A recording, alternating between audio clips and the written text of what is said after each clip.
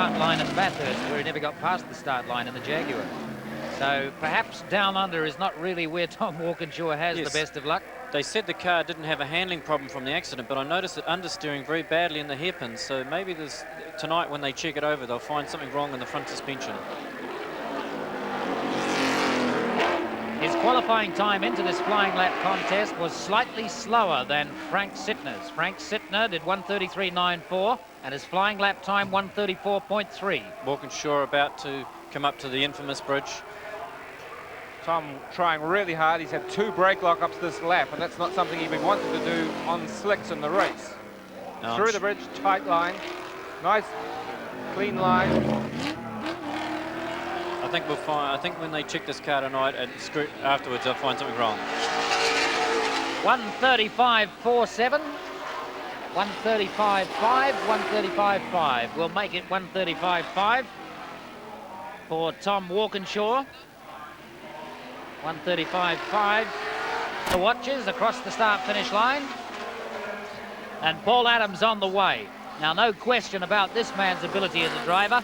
He can drive anything, circuits, rallies, whatever you like. One of the advantages of this new Group A class is that he can take this car in the winter and drive it in rallies. Yes, this car was used in the international rally. It didn't finish. He had a minor camshaft problem, but in national championship rallying, Paul has gone very, very quickly, and it's this Group A motor racing is, Tony says, allows you to race and rally under the same regulations. In fact, Tom Walkinshaw, whilst he hasn't raced a Rover, has in fact rallied a Group A Rover in a very similar form to the one you're seeing today. And 300 horsepower on loose metal must be quite a thrill, Reg. Yes.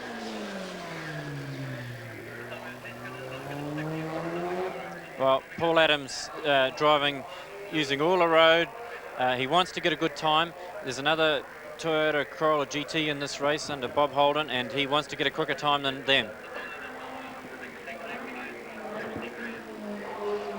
So Paul Adams, no mistakes so far, going nicely. This little light car, superb horsepower and good power to weight ratio, stops very good, very manoeuvrable. It's supposed to have approximately 180 brake horsepower, depending on the computer. They have had problems with the electronic computer matching the engine, but apparently now they've got the latest computer which suits, which means they should have 175 to 180 brake horsepower in their little 1600cc 4-valve Toyota Corolla GT. Coming down this time to the start-finish line, Paul Adams, 1:38.39, 1:40.4, 1:43.6, 1:43. Peter Brock, can he beat? The time to beat at the moment is 1:34.3 from Frank Sittner. And I don't think that will be the time to beat by the end of the day. That engine doesn't sound very strong, Tony. It sounds like about 7.5 cylinders, so if Brocky can do a 32 with that, he's going to be really flying. Time so far, 1:34.37 officially for Frank Sittner, 1:35.5 for Tom Walkinshaw. Just sounds very muffled, like an over-muffled engine, but may suggest he's got camshaft trouble. I know he was worried about it, valve lift or something in that area.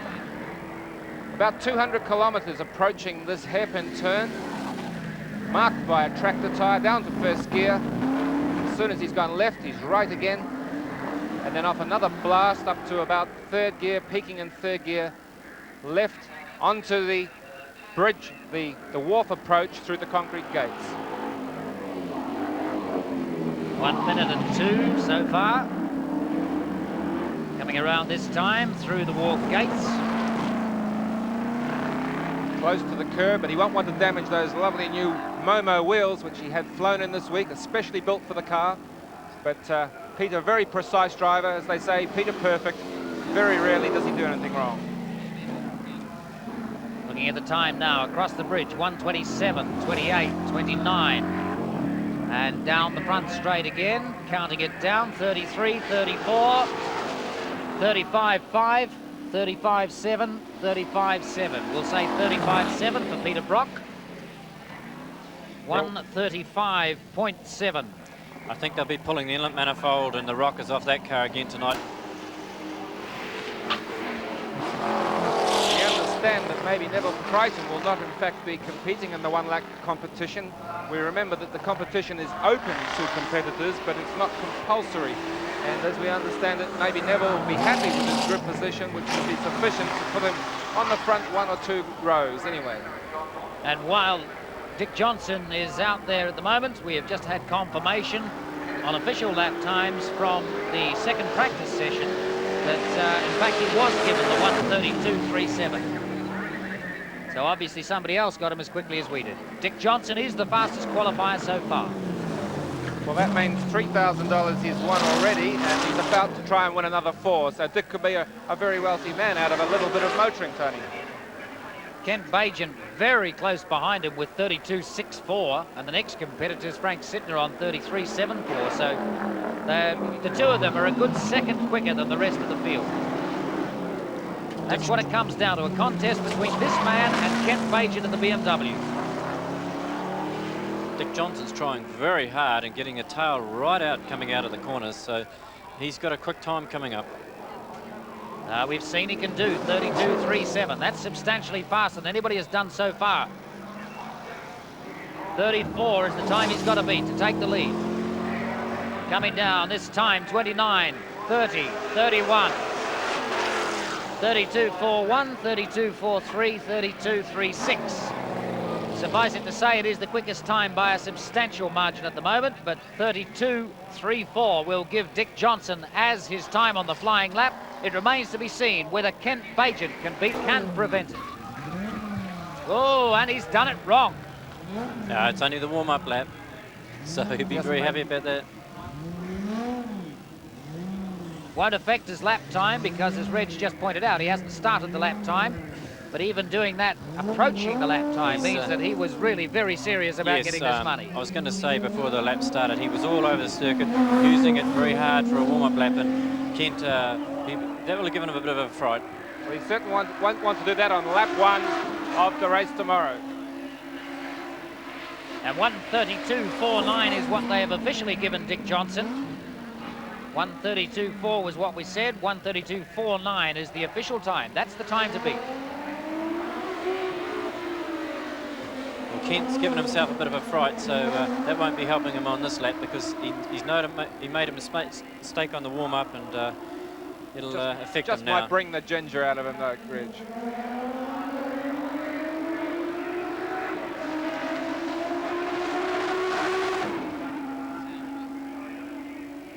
Getting it really wound up in the foul house straight.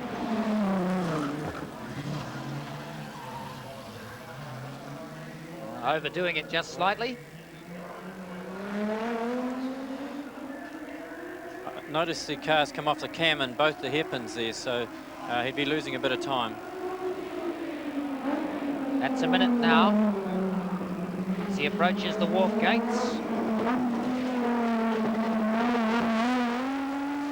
Hanging it out a bit there.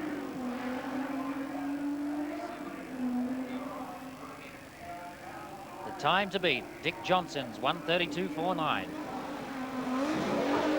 Have a look as he approaches the bridge if he's on target. 1:23, 24, 25. I think he's a little off it. Coming down this time to the checkered flag.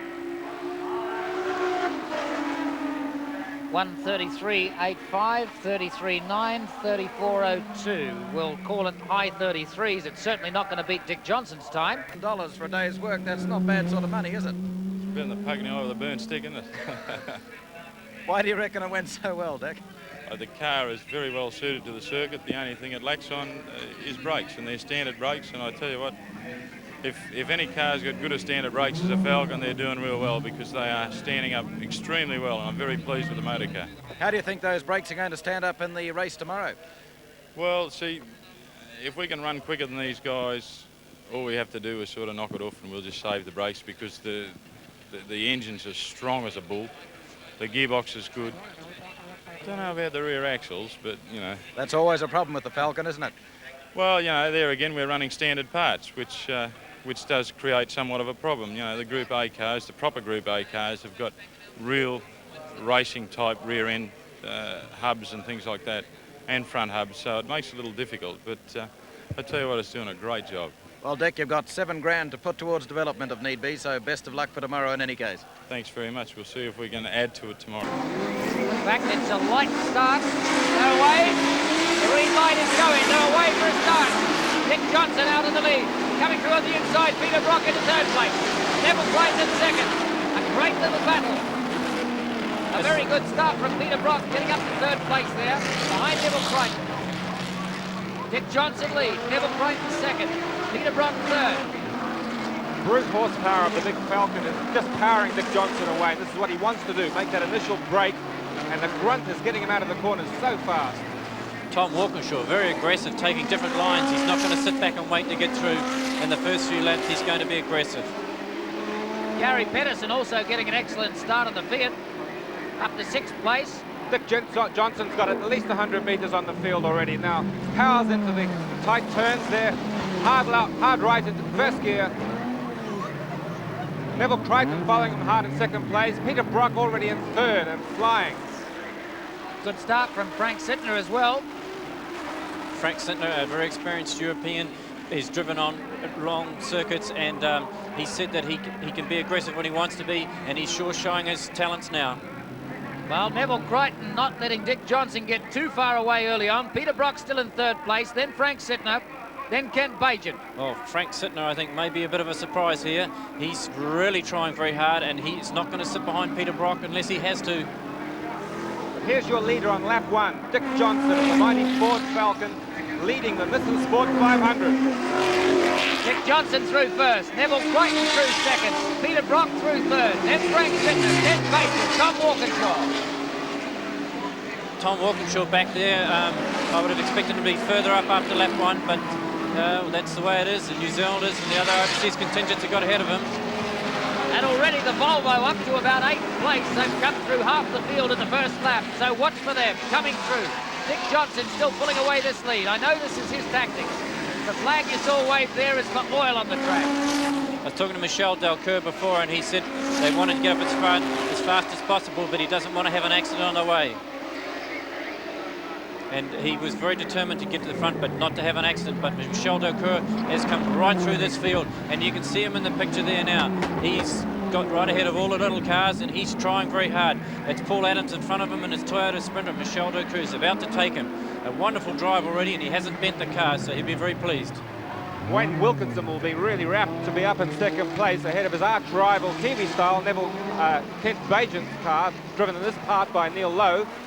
There we follow Wayne Wilkinson onto the bridge, through the gates, and then there's a wide line for Neil Lowe, very wide line. He'll lose that place to Tom Walkinshaw. No, he's fought back. It seems to be, David, that Peter Brock is holding things up just a little. Well, of course, we know that he's not that familiar with the speed he's required to keep in traffic. He hasn't done a lot of fast laps with cars, and he's just diving himself in, as he calls it. Handily placed, but Neil Lowe will be kicking himself. He's lost a little momentum there and dropped back from the main group. So there's the leader, Dick Johnson, pulling away that lead. That's his tactics. Wayne Wilkinson in second place in the Wilkinson Crichton BMW. Peter Brock still third. Frank Sittner behind him. The Sittner and the Kent Bajan Neil Lowe car are running on Pirelli tyres, which we understand are a little bit harder than the Dunlops seen on Neville Crichton Wayne Wilkinson's car. Now this may be causing the tail end sliding that we're seeing on the Neil Lowe entry. Neil Lowe's getting an awful lot of oversteer. We'll watch this in the next few laps. He said that it takes about 4 laps to bring those tyres into temperature. Talking to Frank Sittner last night, and he says he can win this race because his tyres will give the same performance throughout the race. He's using a harder compound and they won't overheat, so he expects to get consistent lap times for the whole race. And he's holding a wonderful position at the moment, doing very, very well on a hard compound. So his consistency of performance will keep him there right away. And he's definitely being held up by Peter Brock at the moment, which is surprising. I expected Brock to be able to get away from Frank Sittner, but he's not.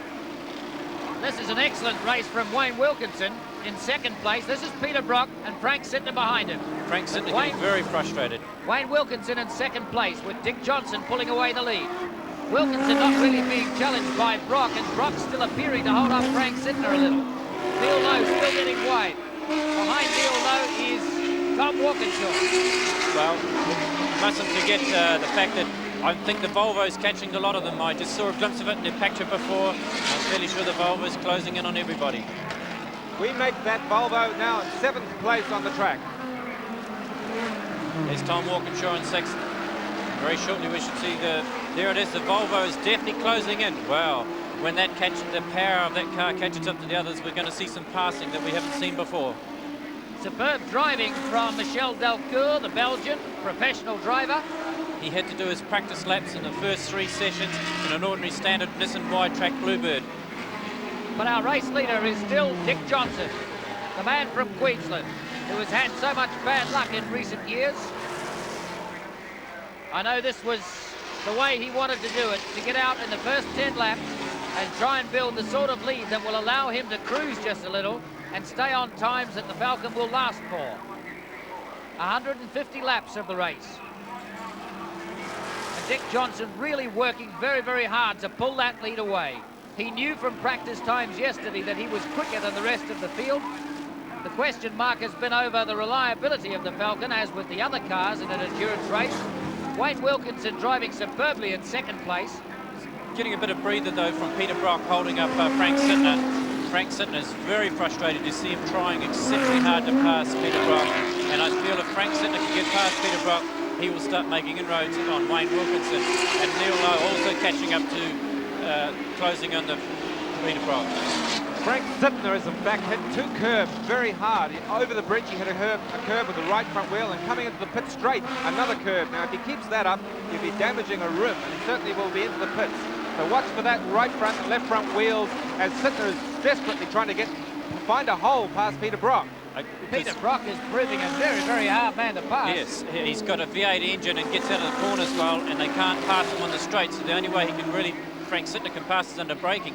But we mustn't forget the fact that the Volvo is closing on all of them. I mean, there's the Volvo in the back of your picture now in 7th place, and this is getting a scrap. Tom Walkinshaw getting frustrated and not being able to get through too, so look for fireworks. We're going to see someone trying to outbrake very shortly, and a car could go off at any time. Well, it's an amazingly aggressive start for a 4-hour race. It is, and I just can't get over this man, Michel Delcourt. He's just closing in every lap. Sittner trying hard, but not able to get past the V8 power of the Commodore. Well, of course, we've seen this all before. When you get 3 or 4 cars this closely bunched, they slow down their own pace. And they're actually like Indian filing, but they're blocking their own paths of escape. They're making sure that people don't climb through gaps. So their actual pace has dropped. Now the Volvo is really closing up. Very shortly, we're going to see some passing manoeuvres and some fireworks. Michel Delcourt is closing so quickly on this bunch. Almost catching them now.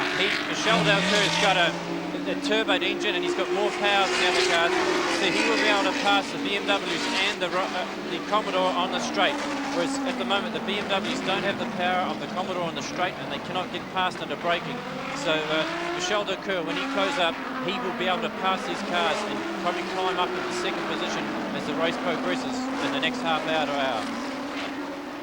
So Wayne Wilkinson still hanging on to that 2nd place. Brock being challenged by Sittner there. Can't get past. Brock still 3rd. To Sittner 4th. This is Neil Lowe 5th.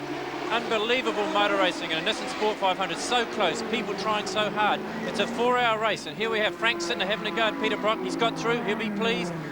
Neil Lowe trying to do the same thing.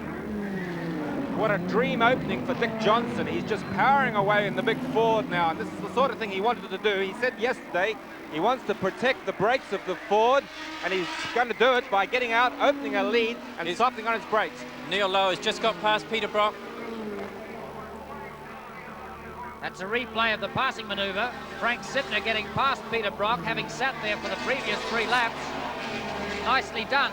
Neil Lowe tried to do the same behind him. Tom Walkinshaw pulling up the advantage as well. So now Dick Johnson starting to beat some back markers and some traffic.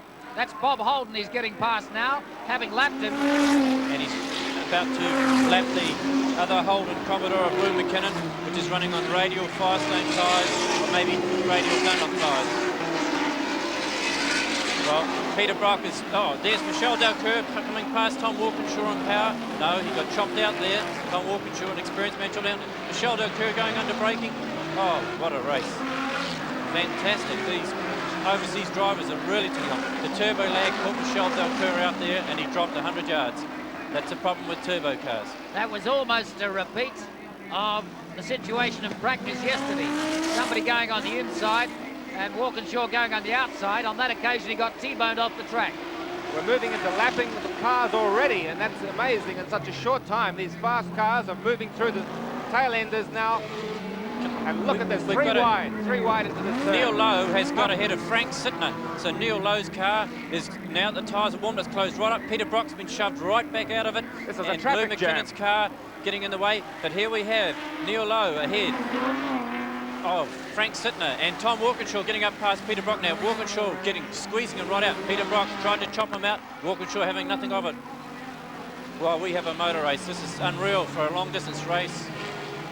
This is the most amazingly aggressive start I've ever seen in a long-distance race. The reason why we've got some of the best drivers in the world there. We knew these drivers are good, and they're just showing us how determined and good they are. And this man, Michel Decoeur, is going to surprise us all before the day's over. Now, Neville, Wayne Wilkinson has got Neil Lowe flying all over him, and this is the way we've seen it in the last Group A races in New Zealand. We've become used to seeing those two cars nose to tail.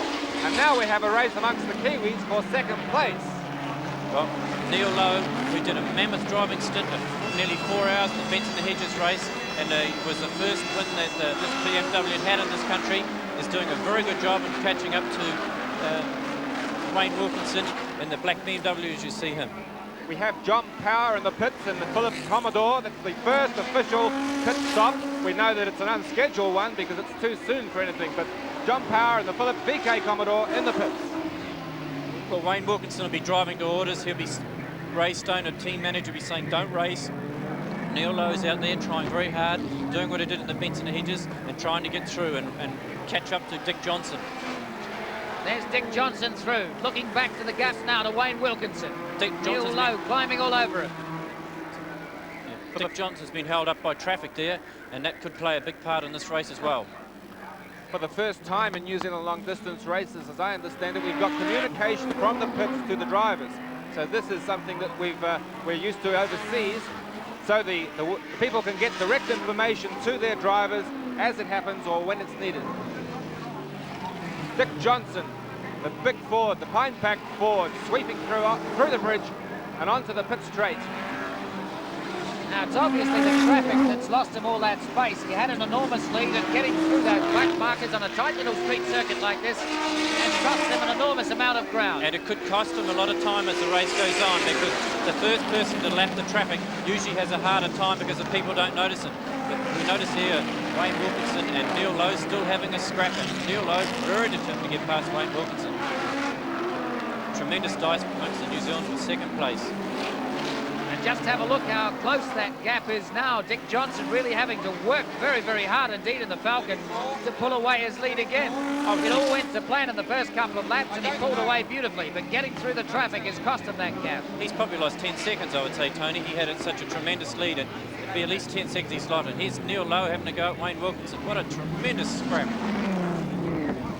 This can't last. Somebody's going to go off shortly. These two don't seem to be slowing each other down too much in second place. Okay, we're on the 9th lap of the Nissan Sport 500, and now your leader, as you know, Dick Johnson in the Ford, from Wayne Wilkinson fighting furiously with Neil Lowe. There we see Frank Sittner and Tom Walkinshaw. It's a very good race there for Michel Delcourt coming through in the Volvo.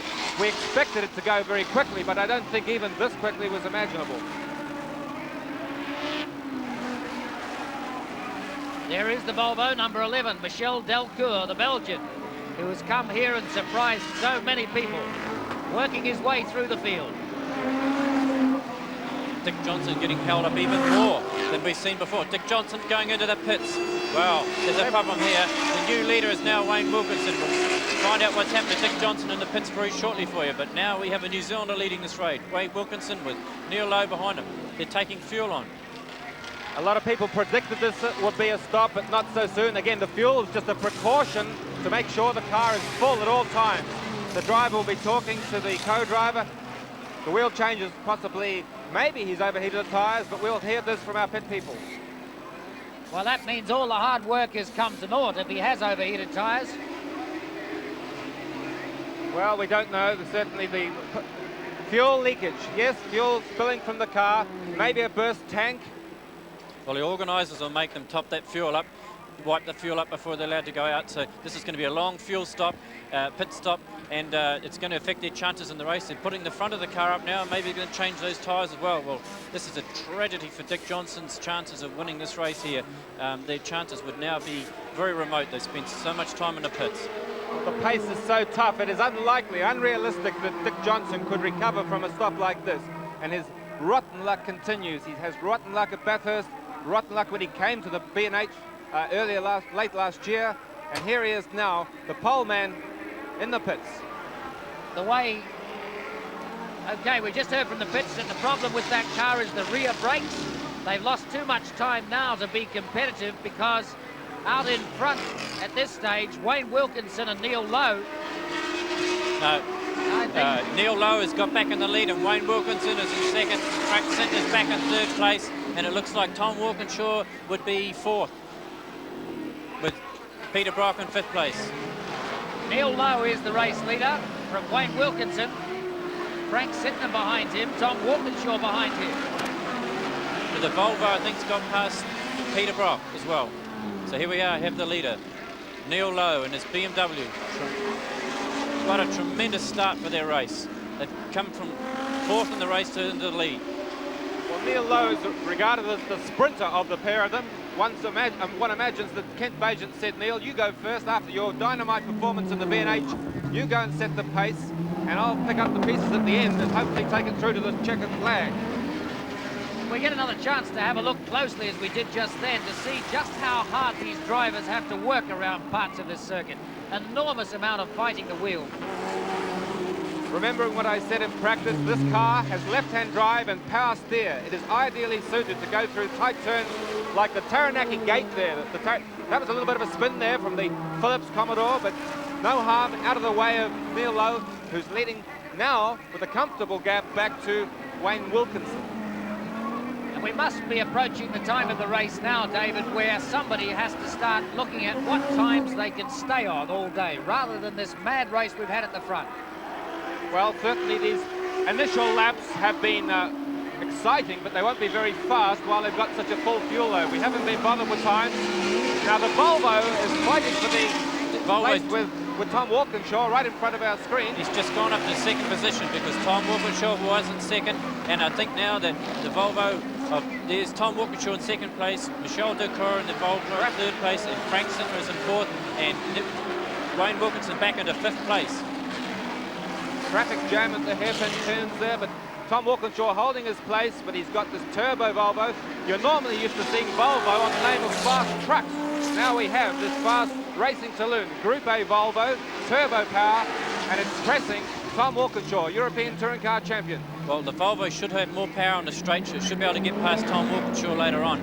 But Tom Walkinshaw is a very determined man, and he's the European Touring Car Group A champion, so you can expect him to not let Michel Ducour go past too easy. But he's got smoke coming out of the back of his car, so anything could be happening or going wrong with that car and giving him a problem at the moment.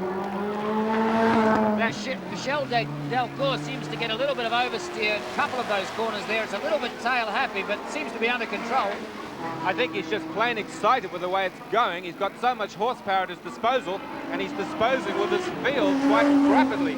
He can sense that smoke coming from Tom Walkinshaw's rear end. We don't know what that is, whether it's dragging back from the engine, but it's smoking quite seriously. Now we know that Dick Johnson's had rear brake problems. In fact, it could be brake smoke from his rear end. Let's go down and have a word with Dick Johnson, the unluckiest man here, and see what has happened to him. Well, Dick, this is the most rotten luck possible. Still, mate, I'm getting used to it, aren't I? It's rear brakes, we believe. Yeah, for some reason, it just 1 minute the pedal was there, next minute it was gone. I tell you, it gets pretty exciting when you end up with no brakes around here. Well, speaking of exciting, it's one hell of a race, isn't it? You could say that, because driving a car around here, mate, you get a bit busier than a bricklayer in Beirut, I'd reckon, hey? Reckon you'll get back out there, Dick? Oh, we'll have a go, yeah, why not? Best of luck, Dick. Thanks very much. Dick Johnson, who was the fastest man on the circuit. It would have been intriguing to see if this Volvo in the hands of Michel Ducour had a chance to practice fully, because the way it's going on the circuit, I couldn't help but think it would have been under 1:33. I think Tom Walkinshaw definitely has a problem with that Rover. It's not just the odd bit of smoke now, it's under power as well as the override. I think that looks like it might be brakes as well, because the smoke's coming out from within the left rear wheel. It might be an oil seal, but it could also be brakes like Dick Johnson's, because these brakes are getting a hammering now that they never had in practice yesterday, because the Rover didn't do enough laps consistently in practice to heat the brakes up. But Michel Ducour is all over him, and he's in third place, and at the moment they're not... Neil Lowe isn't able to pull away from these two cars very much either. We'll try and get a word on what the problem is with Tom Walkinshaw's Rover, but at the moment it's being pushed by Michel Delcourt, having a go, not quick enough there. Yeah, well, Tom Walkinshaw pushed him out there. Michel Ducour trying to go into braking. Well, goodness gracious, he's had a go and he's done it. Is the turbo lag going to hold him up? Tom Walkinshaw trying to come the outside of it, but the turbo's away. Look at these street fighting men. This is the sort of stuff that street racing is all about. Taking holes in, or gaps in corners that don't seem to be existing there. They just force their way through. Nothing of real class. And let's look at this on replay. Michel Delcourt taking the Volvo, taking past. Now that would definitely seem to be a rear brake problem on the Rover, Reg. It's coming out of that left rear wheel quite badly now. Yes, I think the brakes have overheated, as Dick Johnson's has, but a marvellous manoeuvre from Michel Delcourt on a street circuit like that. A fantastic passing manoeuvre, something we would very rarely see today.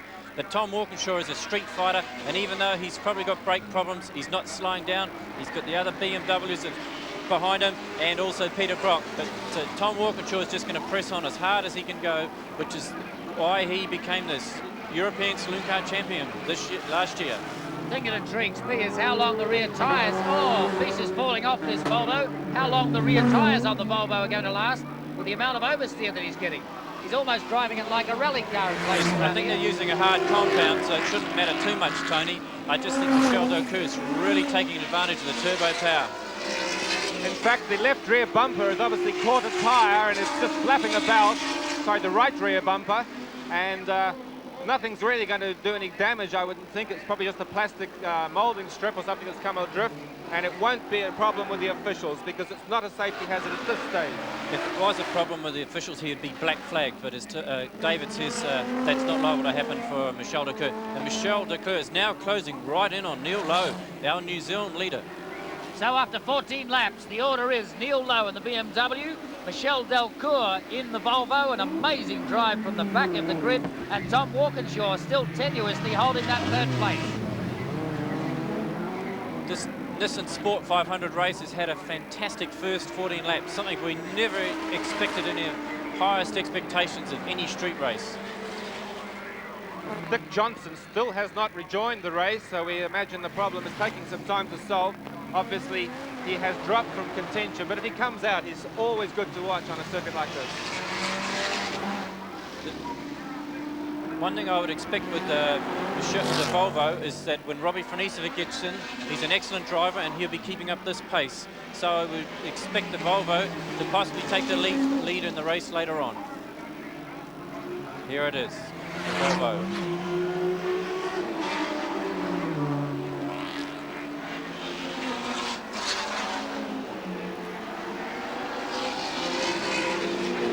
Official order at the moment is Neil Lowe first on 15 laps, Michel Delcourt second on 15 laps, Tom Walkinshaw third on 15 laps, Frank Sickner fourth on 15 laps, fifth place is Wayne Wilkinson, and then sixth place is Peter Brock, seventh place is Paul Adams. The first in the 1600 class, and an amazing performance to be right up there in seventh place. Yes, ahead of the 2-litre Fiat, Tony. Also ahead of the V6 Alfa Romeo, which we know had a lot of trouble in practice and was loaned an engine, as we told you earlier, by Tim Bailey in Auckland. Continental Cars loaned him an engine, but probably not as fast as he would have liked, not a race engine. I noticed when Tom Walkinshaw went past the pits last time, he was waving to his pit crew and pointing back, and this problem is getting worse and worse. I wouldn't be surprised if it isn't a caliper that isn't releasing the pads off the disc properly and you're getting bad overheating brakes. But he's definitely waving at his pits, so we may see him crawl into pits later on. Well, either the oil has run out Well, the smoke has burned out. It's certainly a lot less than it was, but oh no, there it is, back again. Well, we've heard from the pits that he's coming in 2 laps, or in the next 2 laps, so we'll be able to find out when he gets in exactly what the problem is. Certainly it looks like the rear left-hand brake. No, that actually, the blueness that smoke actually would suggest now that it is probably oil smoke. So I don't think it's a brake problem. I'm fairly sure it's probably a leaking oil seal in the diff. And Tom Walkinshaw will be coming into the pits next time. But what a marvellous drive. He's got a problem with his car and he's pressing on very hard. Here we have Dick Johnson going back out onto the circuit, way down in the race, but trying as he did, as they did the Benson Hedges. Come here to race and they're going to race. Excuse me, Reg, but here's Wayne Wilkinson in the pits. Wow, that's a surprise. He's coming here early. Maybe there's something wrong with him, or it's one of these strategies, but I can't understand why he's in the pits. I'm quite sure at the end of the day, everybody is going to say it was the pace at the start that really cost a lot of people their entry. Well, they haven't jacked the BMW up. They're not putting in fuel. There must be some other problem. They're talking to Wayne Wilkinson. We'll find out later on what the problem is. Absolutely amazing. You walk around the pits before a race like this and everybody will normally say, look, it's a long race. We don't want to go out hard at the start. Yes, but the you start never... of this one, when the green light went, everybody just went crazy. You don't take any notice of drivers, Tony. When they get out and the key goes on and their brains go off and they say they're going to cruise, but they never do. And in this race, they haven't. So being on the streets brings out the street racer in these drivers. Certainly these street racers with his 5 or 6 front-running cars going so hard early on, someone had to pay the price. But here's the old Volvo. I shouldn't call it the old Volvo. We just think of it as the big red brick. But it's furiousing its way through this pack of cars, and it looks reliable. And it's running in second, a good, strong second position. And Frank Sittner is now in 3rd place. As I said before, he hoped to win the race, and he's sitting looking good. He hasn't lost too much distance to Neil Lowe. Wayne Wilkinson has lost 25 seconds. They changed the right front tyre. Well, he must have hit a curb somewhere or had a puncture. That's a quick pit stop. The important news of the moment is that a New Zealander is in the lead. Neil Lowe in the Lowe Bajan BMW leads the race from Michel Delcourt in the Volvo, Tom Walkinshaw in the Rover still 3rd, and Frank Sittner 4th. Well, of course, what Neil Lowe will be aiming to do in his team now, they've got a bit of a breather. We know that they've got the Volvo closing on them, but now their race plan will be in operation. The initial heat will have gone off. They'll be aiming for a pit stop at around about, say, 70 laps, 75 laps. I mean, that's half distance. We're racing the distance of 150 laps. Now, all the drivers who have stopped, their race plans have to be re-altered because they've had fuel on board, and they've had tyres, and they have to rewrite their race plan. But Neil Lowe running according to plan. One of the questions that I haven't yet been able to find the answer to, they're a bit reluctant to tell us, is what the gas consumption is like on that Volvo, being a turbo. They've got a 120-litre tank in there, and talking to them before, I think they only expect to make 1 fuel stop with the short race. Had it been the long race, I would expect it to have 2 fuel stops, but from what I understand, it's only going to be 1. But they don't know the fuel consumption either, because they've changed the diff ratio, as you said, from 3.2 to 3.9, so the fuel consumption will go up. So they've got their plans, but they could be not what they expect them to be yet. We'll get some time for you as quickly as possible on that Volvo and see exactly what they're cruising round at. Cruising is probably the wrong word for it. The pace in the initial stages of this Sport 500 has been absolutely astonishing. Talking about the other turboed car, behind Michel Delcourt at the moment is a Nissan Bluebird Turbo, which is one of the other 3 turboed cars in this race, and ones we will see more of later on. We're on lap 18 of the Nissan 500. Remember, 150 laps expected, and Peter Brock told us that he's expecting to do 75, 76 laps and stop for gas.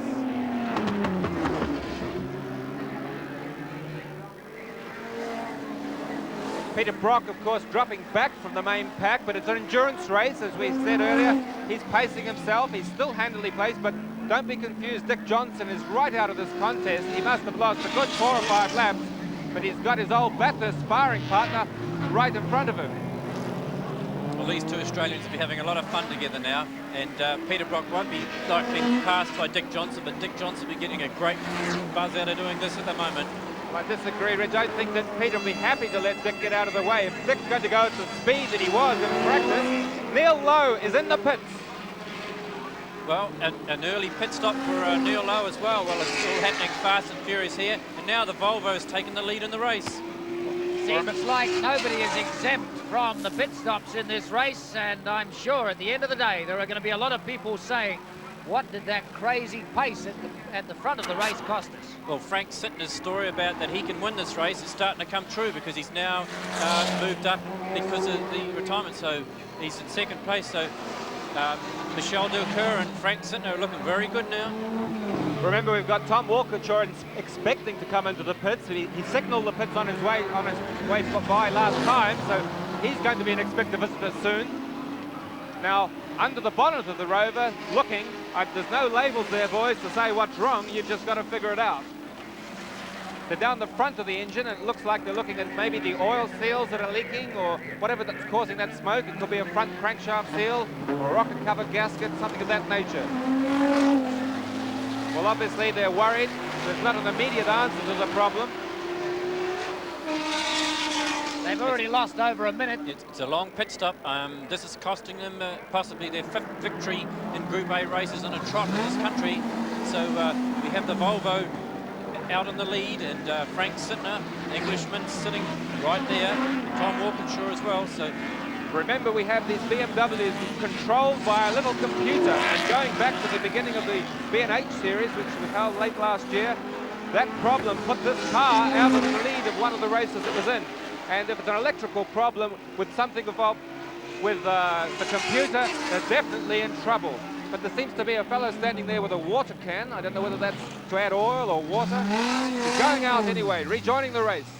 But the first race they had was at Manfield, and the computer stopped them there. That's cost them, and they're going to have to come back for fuel and tyres later on. So their chances of winning, unless the others drop out, are becoming remote. At the moment, the race order after 20 laps.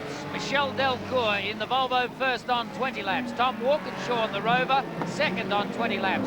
Frank Sittner is also on 20 laps in third place. Peter Brock is fourth now on 20 laps. And then go back to Neil Lowe in the BMW on 19 laps. Wayne Wilkinson on 19 laps. Paul Adams on 19 laps. So Paul Adams is doing amazingly well in the little Toyota Corolla.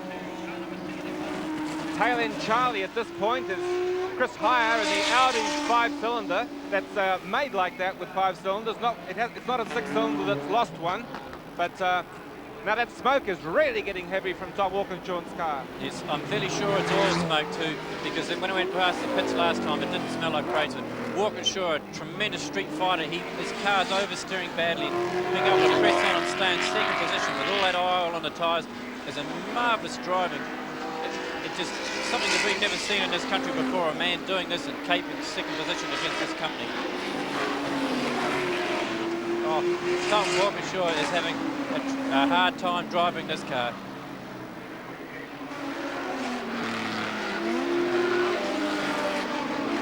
Well, Neil Lowe seems to be circulating quite well. The car sounds fine. Maybe it was maybe an oil pressure problem. He was worried the oil pressure was a bit low. We know that he wouldn't want to damage one of those super expensive German engines. And Michel Delcourt has just passed Bob Holden in the Toyota Sprinter, which they borrowed engines and changed last night in a mammoth effort.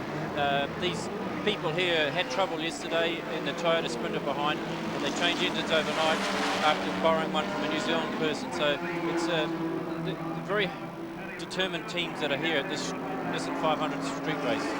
To give you an idea of the effort that was put in to get that Volvo to New Zealand, the entrance for the car, Mark Petch and the SKF people, reportedly created $25,000 worth of air bills to bring the car from Europe, especially for the event, and that only got it to Auckland.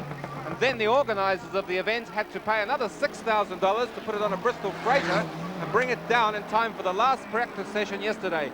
But it looks to be all worthwhile, as this car, the Volvo number 11, is leading the Nissan Sport 500.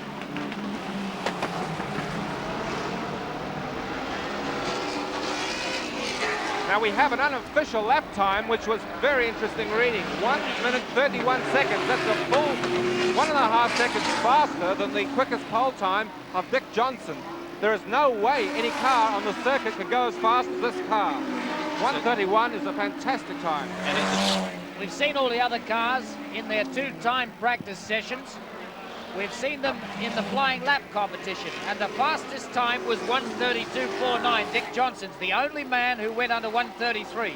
And now we have this Volvo with virtually no preparation, circulating at 1:31 in the race. yes, well, it was used in the European Group A Saloon Car Championship, so it's very well set up. They knew what tyres to use. They went for a control tyre, and they said it would keep lapping at the same laps for the whole day once the tyres warmed up and settled down. And they said it would take approximately 10 laps for this to happen, and now that it's warmed up, it's away and gone, and it's certainly not a car going to touch the Volvo so long as it's running. Dick Johnson back out on the circuit, but he's a couple of laps down. When we have these pit stops like we now have had the Wilkinson Triton BMW in the pits, we've had the Neil Lowe. Good chance of winning because the pace was so hot in the first 20 laps that the car's reliability for the end of the race could be in question. Just run through the places quickly. Del Corte, the Volvo, Walkinshaw Rover, Sittner BMW, Brock, Holden, Triton BMW, Bajan BMW. Then we get into the baby cars, as we call them, but the very fast baby cars. Paul Adams in the Toyota, ahead of Gary Pedersen in the Fiat Ritmo. Ray Gulson in his Alfa, a terrific effort with his engine loaned from Auckland, brought down overnight. Then Barry in the Fiat, Willie in the Toyota, Kevin Ryan in the Nissan Turbo, one of the Belbin brothers in his Holden Commodore, McGregor in his VW, and Chris Heyer bringing up the N in the Audi. Well, while you've been reading out the results, David, I've been watching Tom Walkinshaw, and that smoke appears to have disappeared a bit. I would say that the level of oil in the diff is dropping to a level, oh no, I'm making a lie. I mean, now he must come into the pits to just keep that. Tom Walkinshaw, that's really bad luck for him. He's holding on to the car very well, but he's obviously not circulating at the right kind of lap times, and he's going to have to come into the pits at some stage. He signalled his pits a couple of laps ago that he would be in. And just looking at him going past the pits now, and he's waving to them as if there's nothing wrong. Well, he's doing 1 minute 33 laps. It's a pretty good lap time, and I notice his brake lights are on all the time. So it could actually be a brake problem, David. Well, we can't figure out. Normally, brake fluid has a white colour to it, and the blue that we're seeing here is more associated with diff oil.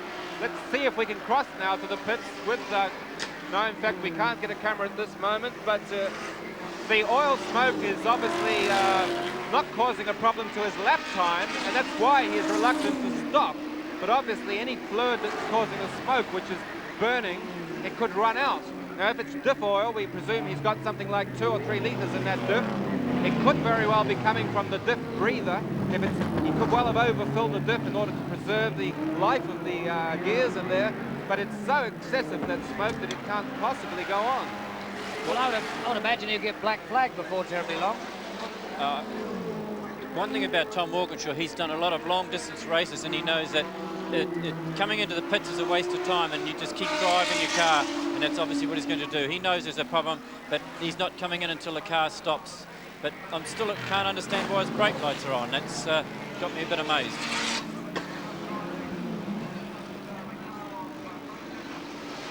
Okay, we've just heard from the pits that they don't know what the problem is. They can't guess at it. And Tom Walkinshaw is waving them the OK sign as he comes past the pits each time. Well, we'll take a wild stab in the dark at the moment and say that maybe, as Reg just said earlier, the rear brakes are binding. And in fact, what we're seeing is brake smoke. The brakes are huge, and they will last a lot longer than Dick Johnson's would under the similar punishment. Remember that Dick told us yesterday the Ford brakes are in standard form, whereas these cars are running the allowable modification Group A brakes, which are huge. The discs are about 12 or 13 inches diameter, and huge 4-pot brake calipers. I think it is brakes, Dave, because after he's done a hard braking, you notice then you get a lot of smoke, and then the disc probably knocked the pads off, and then the smoke stops. So I notice the smoke is usually after he's braked hard. But even though he's got big brakes, they're not going to last for 4 hours. They must be wearing out. Now look at the bumper on the rear of the Frank Sittner car, the one that's in the rear of your picture there, car 6. The bumper's flapping around on the rear, so he's obviously caught a tyre or an obstacle on the street circuit. And the Volvo is suffering from the same complaint, but eventually I'm sure it'll just waggle its way off and drop off.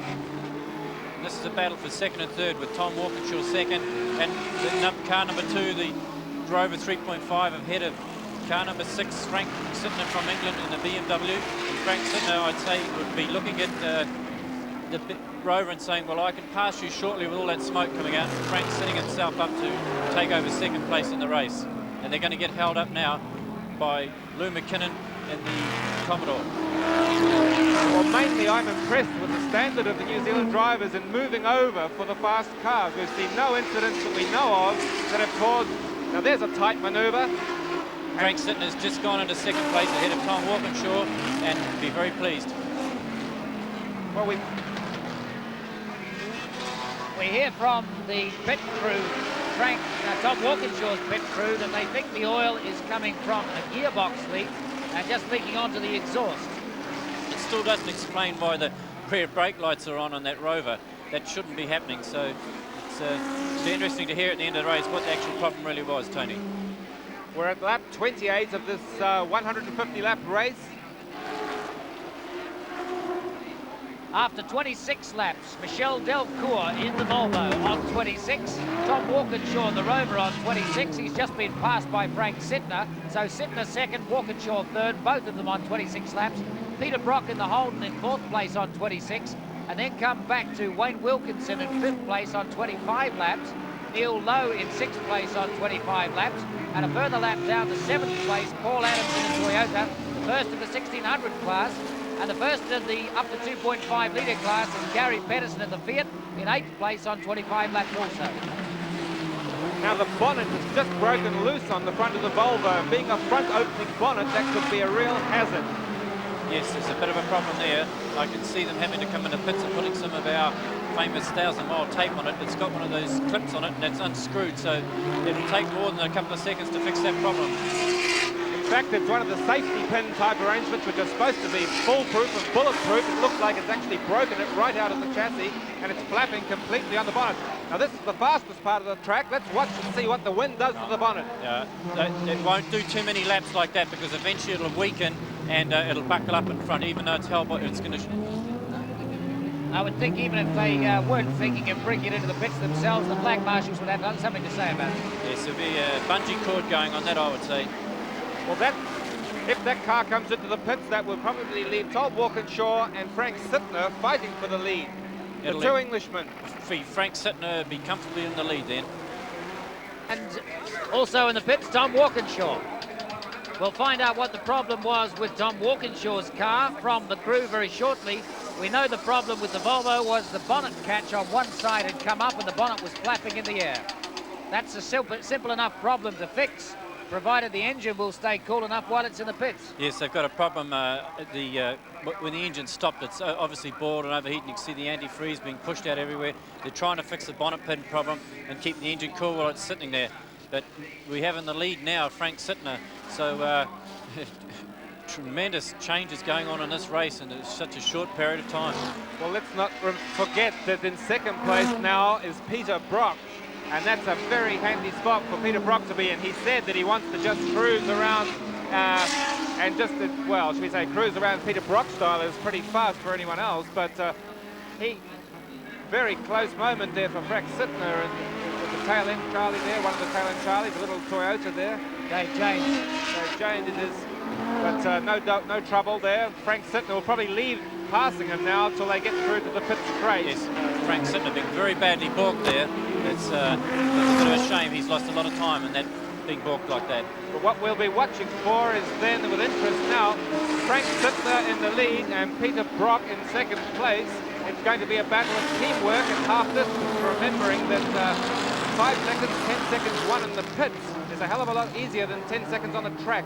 Now look at this Volvo. They're trying to cool the engine a little bit before they add some water. They're actually pouring it over the radiator to try and just give some surface cooling.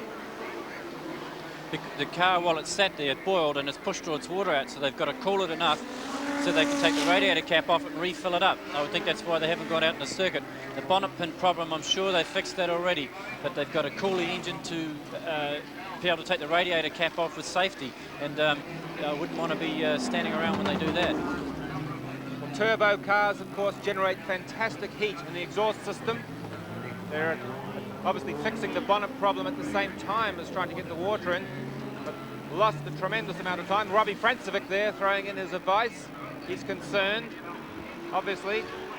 Some officials pointing underneath the car now. There's another problem maybe here. Well, this is a great shame. They made such a tremendous effort to get out to this race. They came out here, started from the back row of the grid, get into the lead, and a small problem like a bonnet pin is taking the chances of winning a race. I mean, a very simple thing. Those bonnet pins only worth $1.50, and here they are out of a potential winning of our first Group A Nissan Sport street race. And just about to tie it down with a piece of wire. Yes. Looks like you've got on number 8 wire job, Tony. Yes, I think they're going to have to use a bit of Kiwi ingenuity there, I would say. What we are amazed at in our commentary position is that the fantastic effort that goes into bringing in these cars from overseas for a $20,000 race, $20,000 to win this race, and they don't seem to be able to go 30 laps. Okay, Michel Delcourt back out on the circuit now, officially in 5th place at a lap down after the pit stop. So Frank Sittner, the race leader, Peter Brock in 2nd place. Frank Sittner with a lap up on Peter Brock. Then Wayne Wilkinson in 3rd on the same lap as Peter Brock. On that same lap of 31 is Neil Lowe in 4th place. And then go back to lap 30. Michel Delcourt, Gary Pedersen, Dave McMillan out there at the moment, I think. Gary Pedersen, it is out on the pit. Tom Walkinshaw in 7th place, then Paul Adams in 8th place. One of the best racing results for Gary Pedersen so far. To be in the top 6 against this field was fairly unrealistic, but Gary's been working away for 2 or 3 weeks to make sure that this car is super reliable, little Genco Fiat. And of course he'll be handing over at half distance to single-seater driver Dave McMillan.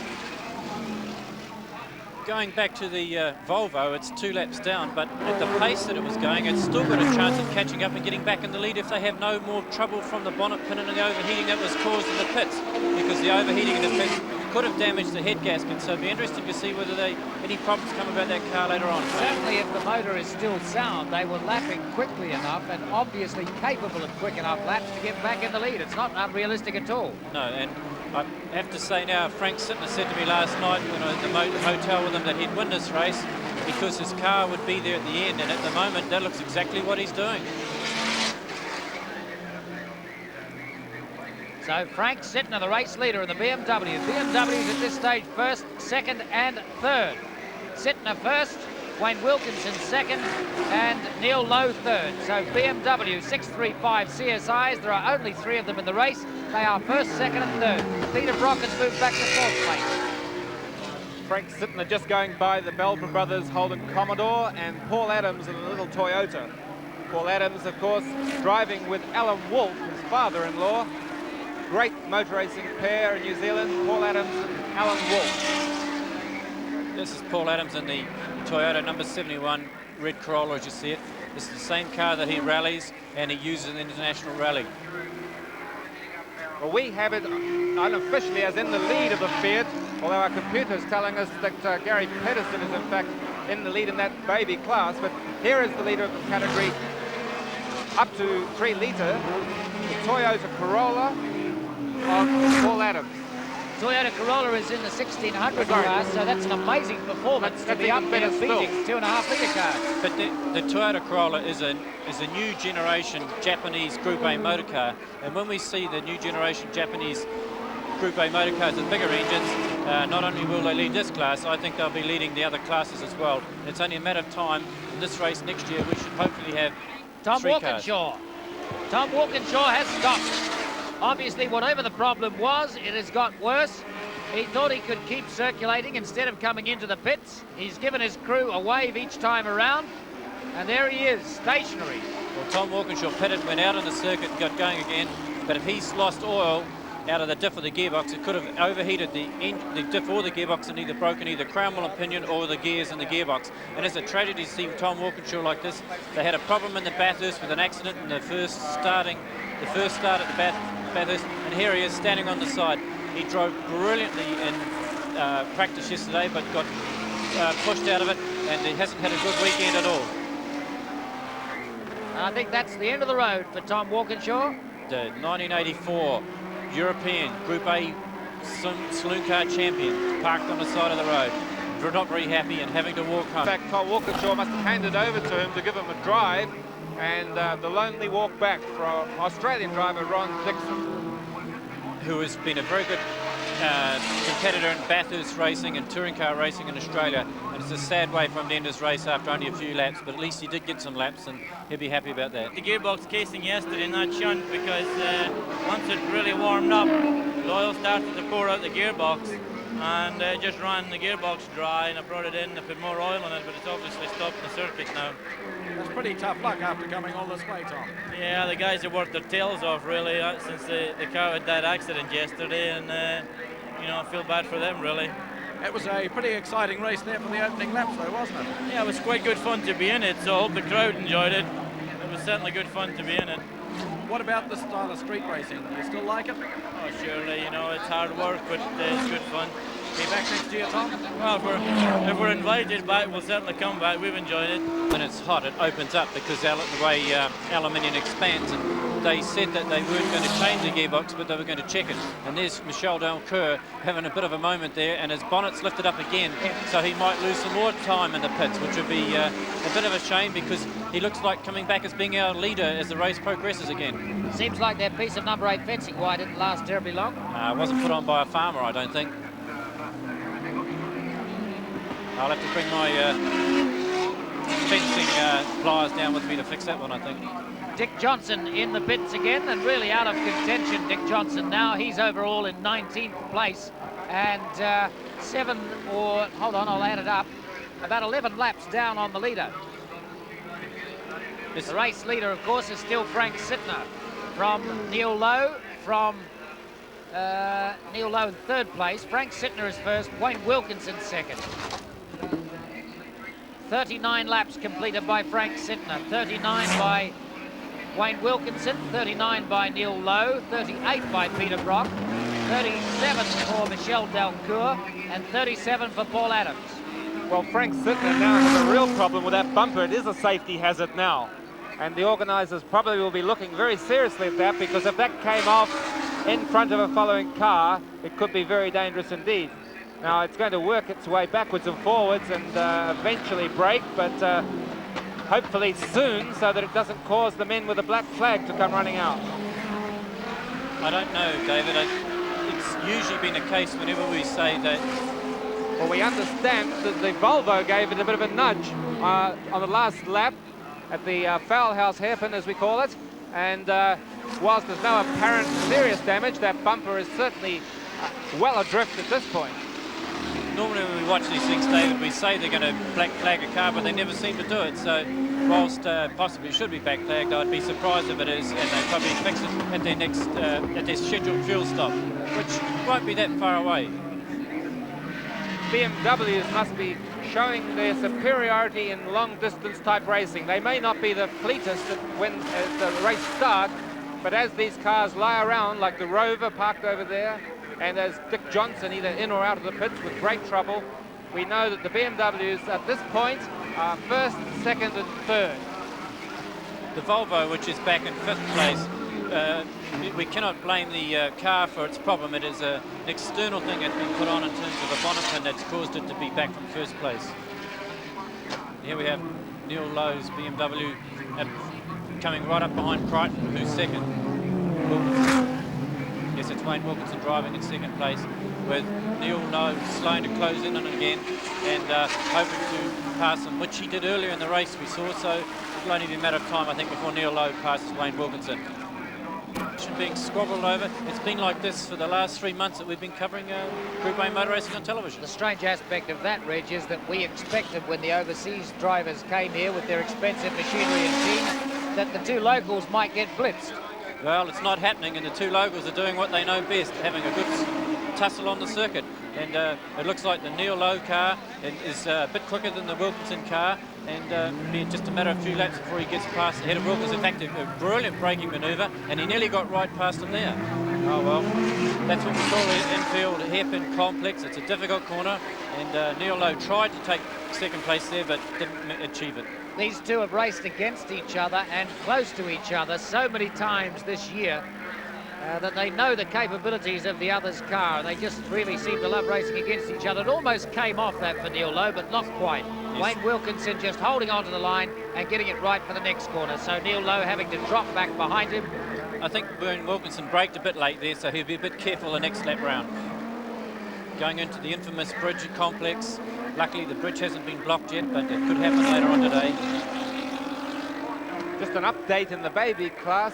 Gary Pedersen has now passed Paul Adams and taken over the place that he had, which was fifth by our reckoning. We're checking this. The computer is running a little bit behind at the moment.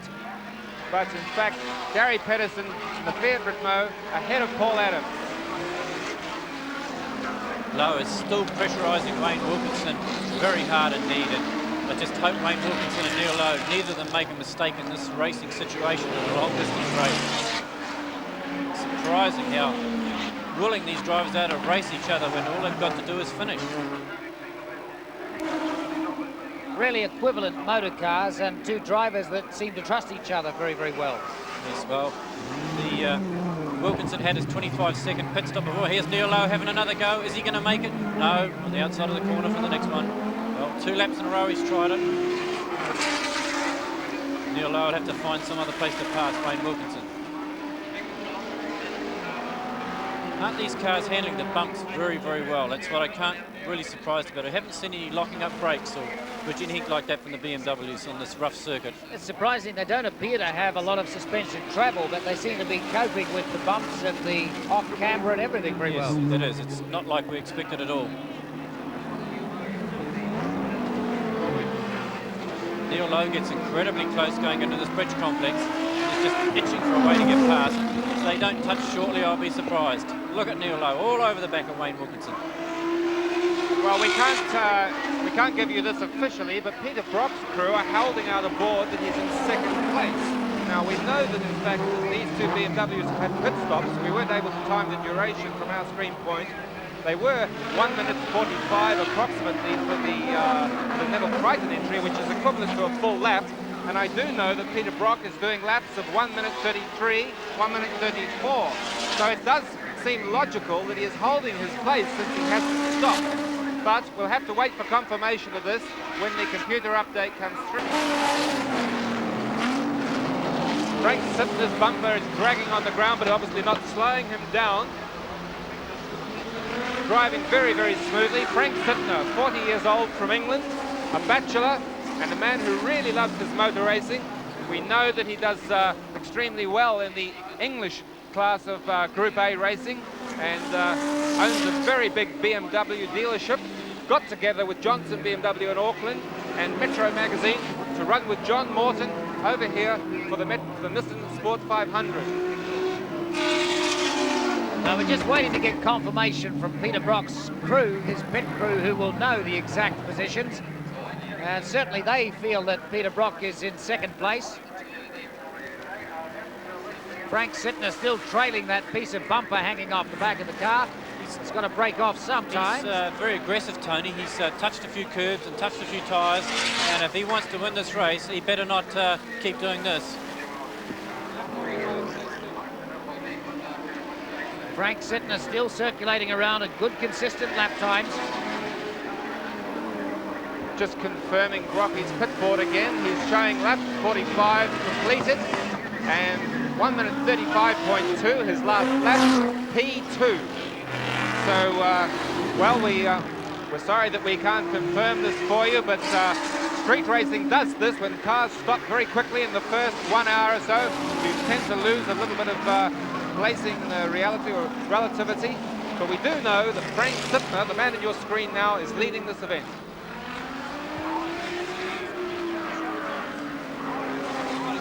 Yes, Peter Brock's team certainly holding out P2, indicating he is in second place and just a few seconds behind Frank Sittner.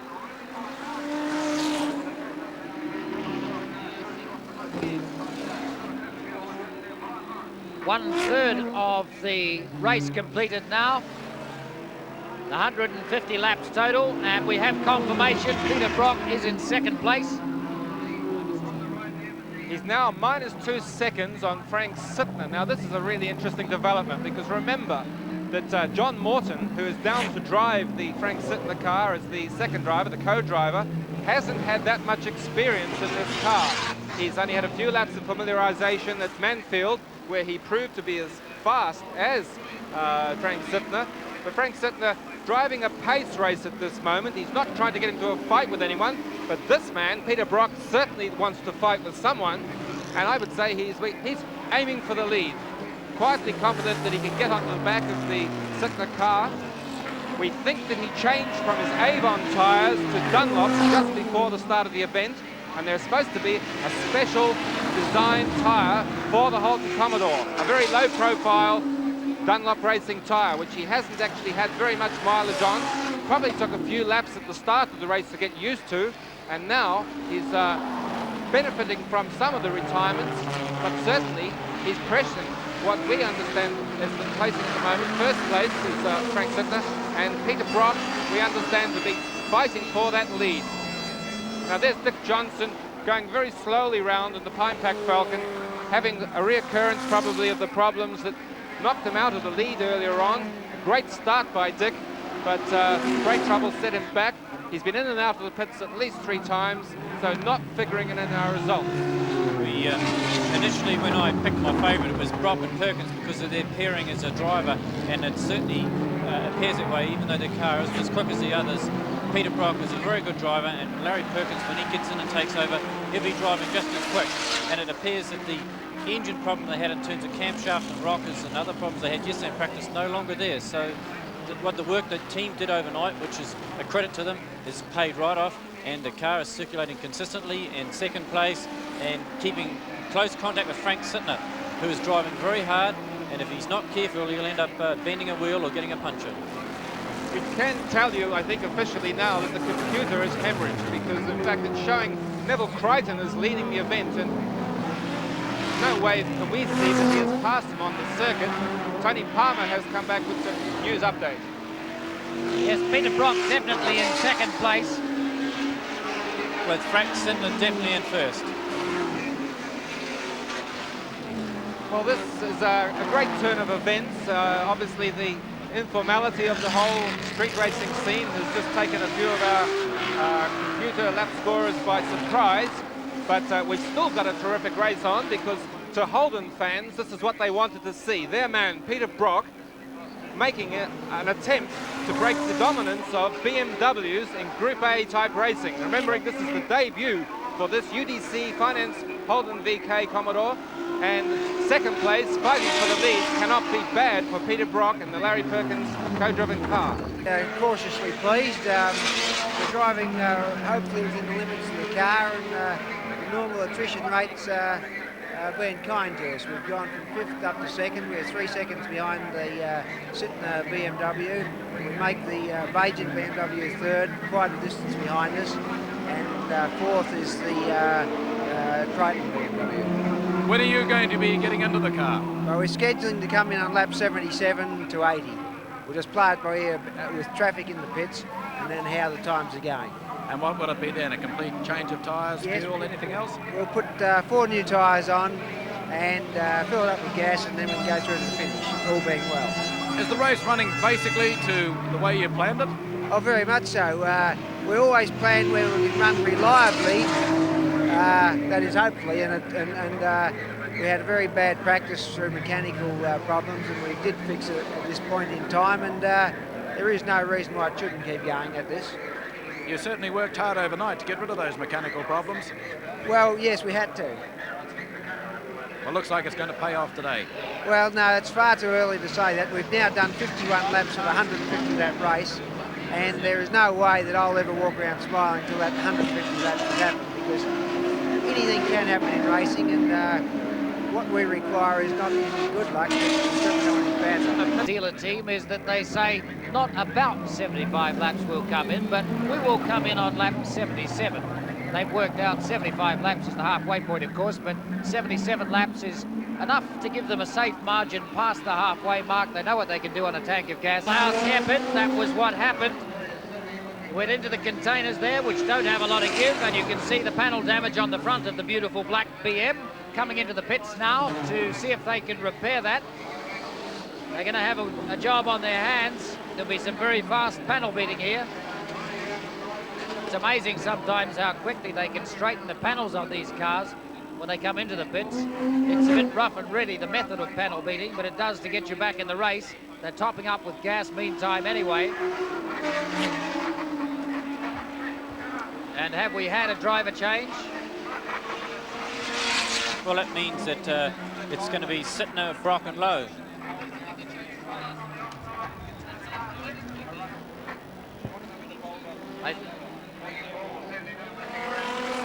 Just trying to check if we had a change of driver there, if Neville Crichton has got into the car.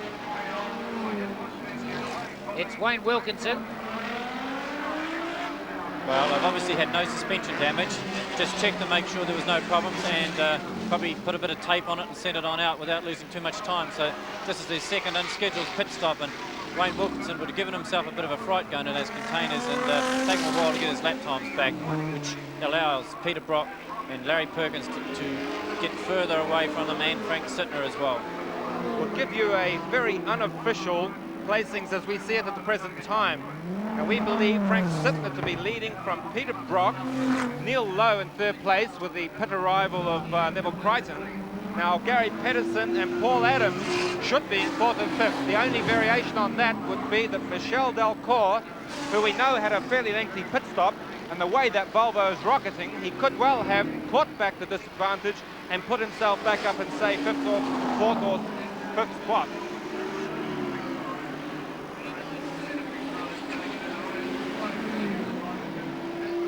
Well, there's Michel Delcourt circulating, using all the circuit, not doing anything wrong. We just heard from the pits that the damage to the BMW was very superficial. It hasn't damaged any suspension, it's just panel damage, so that's good news for them. Well, Wayne Wilkinson will be happy about that because he's the co-driver in the team. And the one thing you don't want to do is to damage the car and put it out when it's not yours. And he'll be very pleased that the car's able to circulate in as quick as it was before, I'm sure. I'm very disappointed, Wayne Wilkinson, though, from even sort of damaging such a beautiful BMW 635 CSI as that. Very, very lucky indeed not to damage suspension components or anything that would upset the handling. It's not a fast enough circuit for that to make any difference in aerodynamics. Just a little shunt and a moment of brain fade.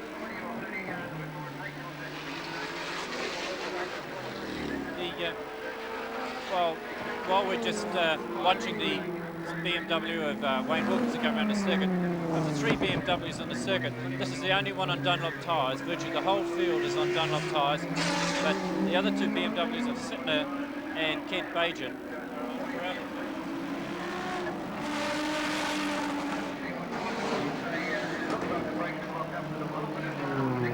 Wayne Wilkinson still on good lap times, and we imagine will have settled down to a more consistent form of driving now, as we would expect all of the drivers to have done.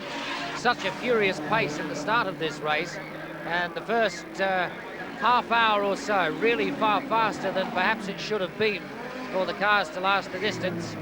Here's a good battle between Gary Pedersen and Paul Adams just in front of him. Yes, it is. Paul Adams in front of Gary Pedersen. Paul Adams in the 1600 class and Gary Pedersen in the 2.5 litre class. Well, these two have been close the whole race, Tony. Gary Pedersen at one stage dropped back a bit further than this, but he appears to have closed in a bit on Paul Adams as the race has gone on. Maybe his tyres are working better on the front-wheel drive Fiat. Well, we make this the battle between 5th and 6th place. Paul Adams leading Gary Pedersen. And when you look at those cars on the circuit, it appears that Paul Adams is able to keep Gary Pedersen out. And that's a phenomenal performance for a little 1600 Corolla, admittedly a twin cam version. But Gary Pedersen's Fiat 130 is a 2-litre twin cam in Group A form with quite some modifications. It's talking about Japanese cars and the Group A cars. Paul Adams' Group A Toyota GT was a specially homologated built car, and for a 1600 car it goes very, very quickly, and I would expect the bigger cars to go even better later on. But Paul Adams is a rear-wheel drive car. Gary Pedersen and the Fiat is front-wheel drive, and I think the front-wheel drive coming out of the hairpins is causing a lot of understeer, and that's where Paul seems to pull away. But Gary seems to have more power on the straight from a bigger engine and close in, but out of these tight hairpins, the front-wheel drive of the Fiat isn't quite as good as the rear-wheel drive of the Toyota. And between these two cars, they have 4 of New Zealand's best-known names in motor racing. Paul Adams, of course, driving with his father-in-law, Alan Wolfe, should I say. And Gary Pedersen driving with Dave McMillan. It's a tremendous kind of experience we've got here, because Gary Pedersen has been a single-seater driver, a saloon car driver, and a sports car driver. Dave McMillan has been a saloon car driver in long-distance events and a specialist in Formula Ford and Formula Pacific racing. Paul Adams is a rally driver and a long-distance racer, and Alan Wolfe is a long-distance driver, a rally driver, and he's been a short race sprint modified saloon driver. So the experience that you have in these 4 drivers covers virtually every form of motorsport and motor racing we've ever had in this country. Well, we have another one of those pit board readings, very unofficial, of course. Michel Delcourt is holding out 3rd place to their Volvo driver. So that's giving us a position of Sinter, Brock, Delcourt, Adams and Pedersen. But the complication now will be Neville Crichton. How much time did he lose? Or Wayne Wilkinson, how much time did he lose in that pit stop to fuel, straighten a bit of panel damage? But he'll probably work his way back up the field into 4th or 5th spot.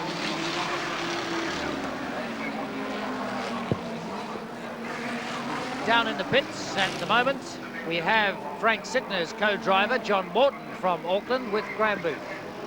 Well, John, you were telling me a few minutes ago that you feel almost physically sick as you watch Frank out front there. The tension's getting so great. Well, that's normal for me. I don't know whether it's normal for anyone else, but yeah, that's what I'm feeling like.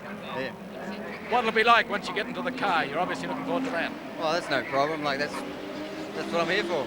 It's waiting, the unknown. I hate it. When do you think you'll be doing the change?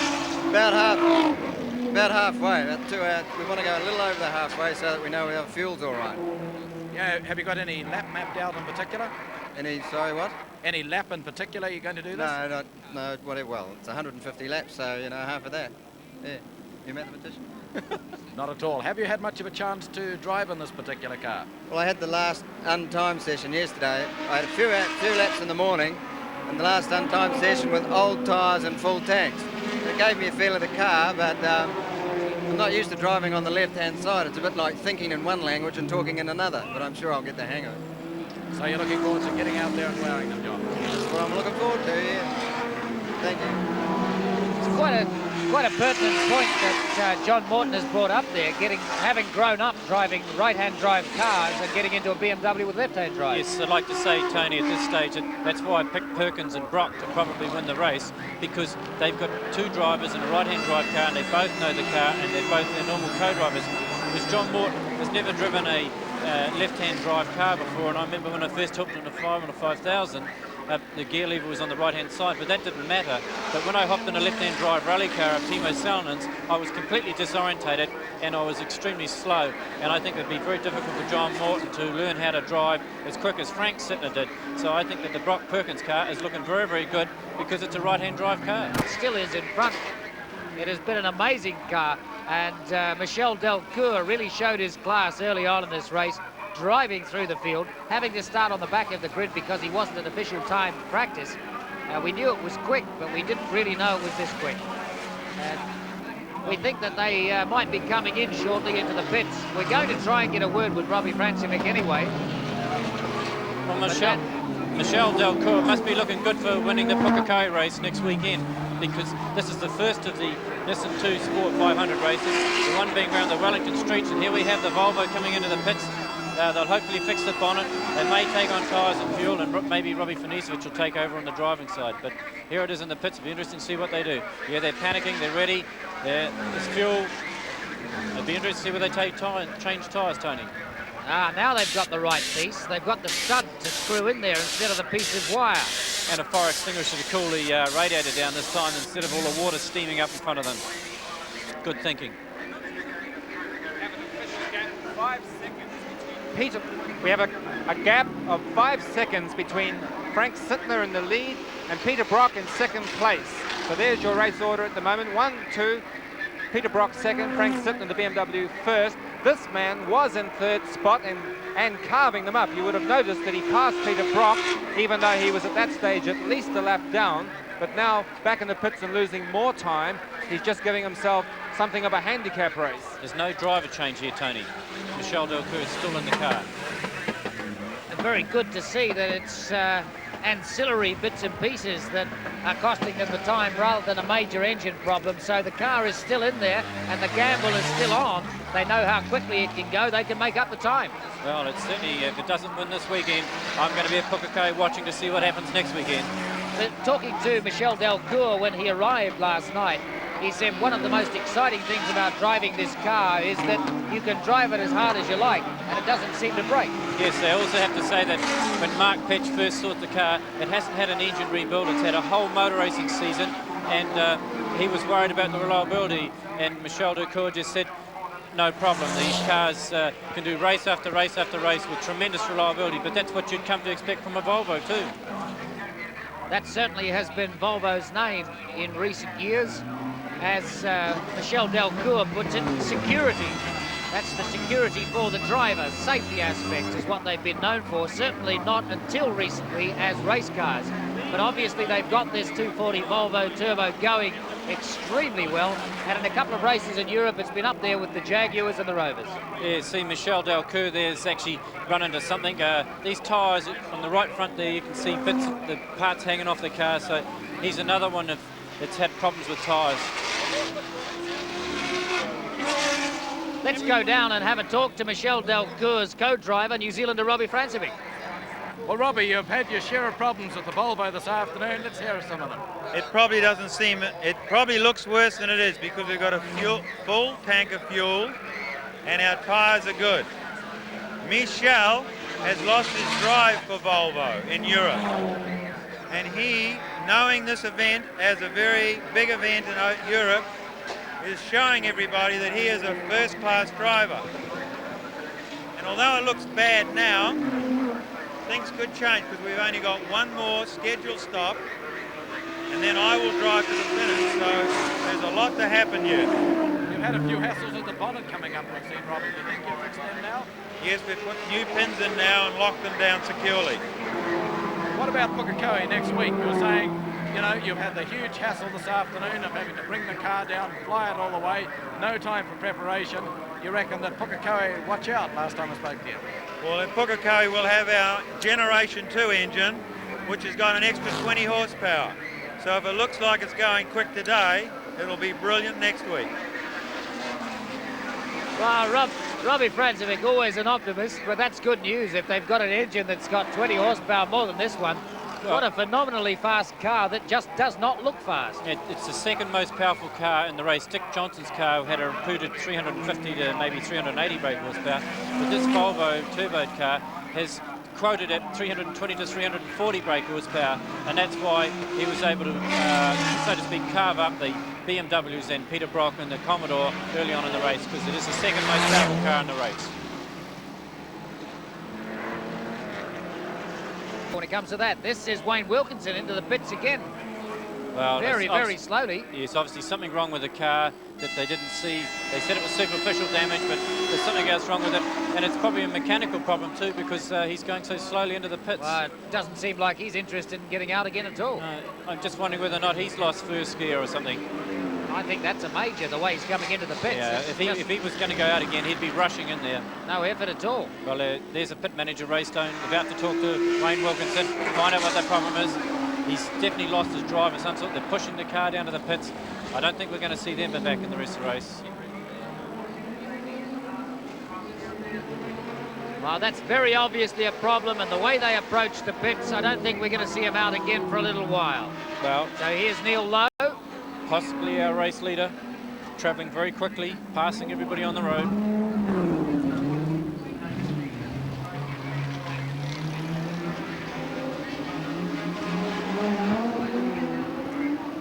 Well, from three sources now, we have the leader being Neil Lowe from Frank Sittner and Peter Brock.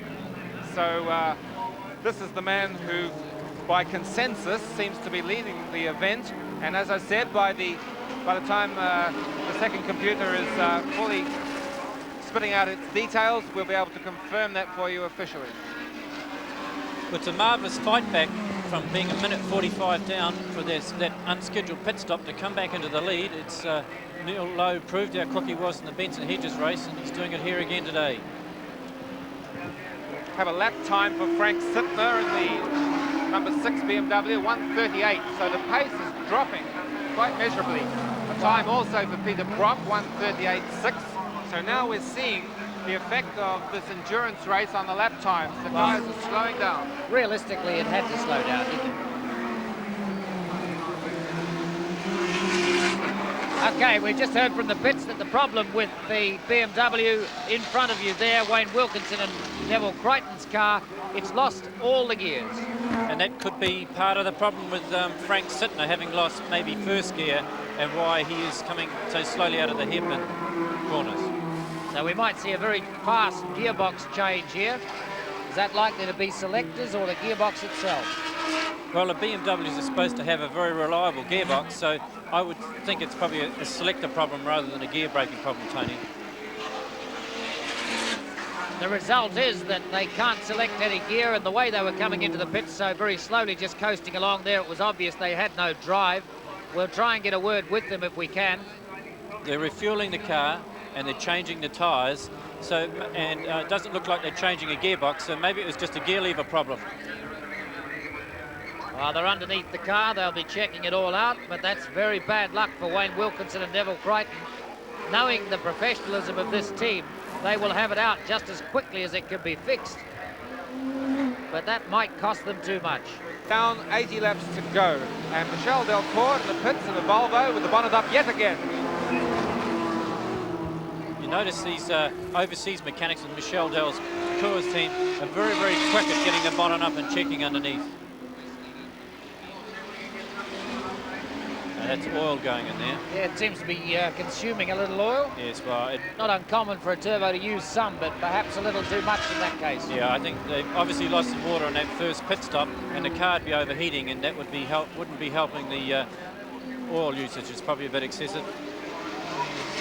Putting some of our famous 1,000-mile tape on the car there to keep it all together so that the stewards don't complain and the car get black flagged. That was the damage that brought about a rear-end collision with Neville Crichton earlier on. Sorry, Wayne Wilkinson earlier on in the JPS black BMW. Also, there's some damage on the back of this car as well. So Michel's had a race full of incidents, pit stops and contact with other cars. That's a pretty quick pit stop and back out. So running through the order of the cars, we'll go right through for you.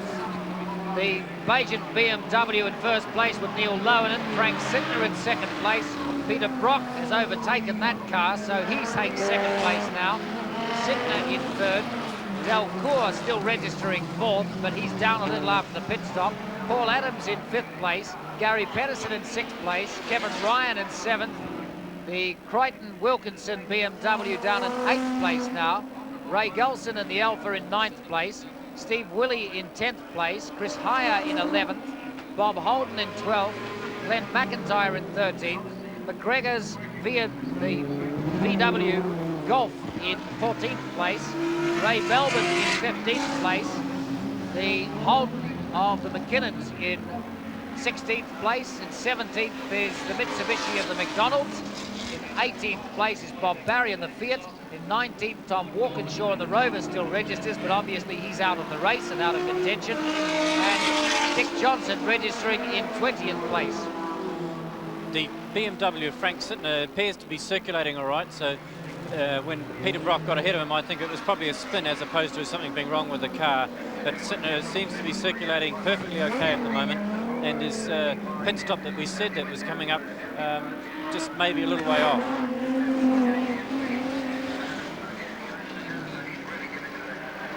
There's Frank Sittner. not a very big man, this Englishman, but it's been a marvellous drive of his so far to lead the race like he did and keep out of all the trouble.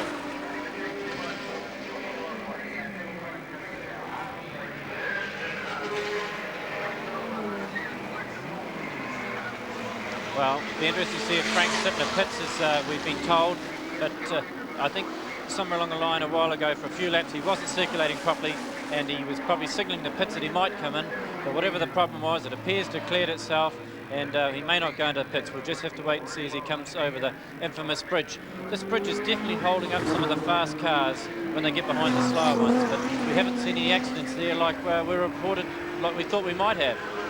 Frank Sittner in the car you picture at the moment, known as Fearless Frank Sittner. Actually started motor racing with a very famous name in Formula One motor racing, Frank Williams. The two of them started together way back in the 60s in an Austin A40. Then Frank Sittner went to Formula Ford, where he gained the nickname of Fearless Frank. He's driven Works Jaguar E-types. He's driven all sorts of cars. A long history in driving of all different kinds. More recently, far better known in saloon car driving. He and his brother are the largest distributors in the United Kingdom of BMWs, and also the sole concessionaires for Alpina cars and conversions. So they have at their fingertips a lot of expertise, a lot of machinery, a lot of parts. Have to also say about Frank Sittner, who's talking about his English Group A motor racing, for which he came second in the English Championship. The cost of doing Group A motor racing in England in an under 3.5 litre BMW, just the running costs alone are £120,000, and that doesn't include the cost of the car. It's very expensive motor racing in England.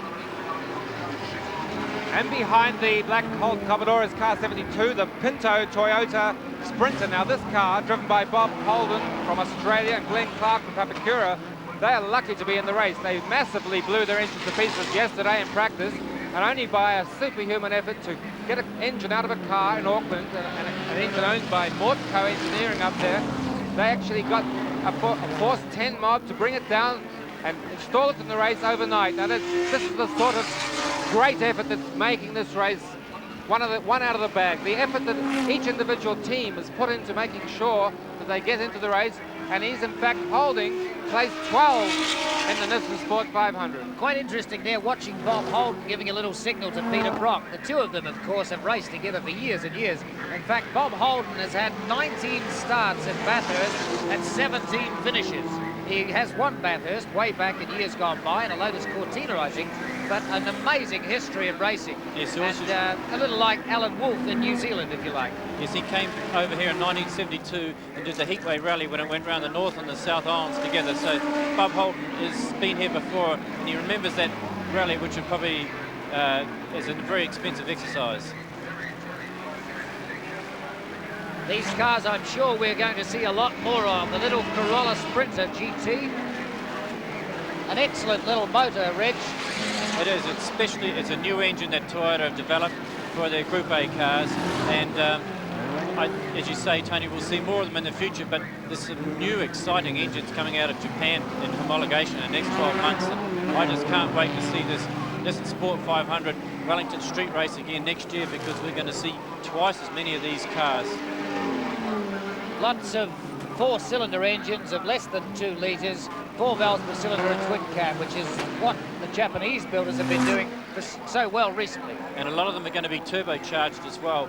And we could be looking towards to see Nissan Skylines and Silvias and Nissan Skylines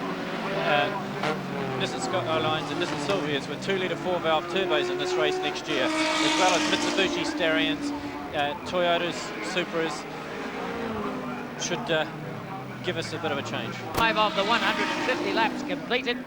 Neil Lowe with 30 seconds advantage over Peter Brock.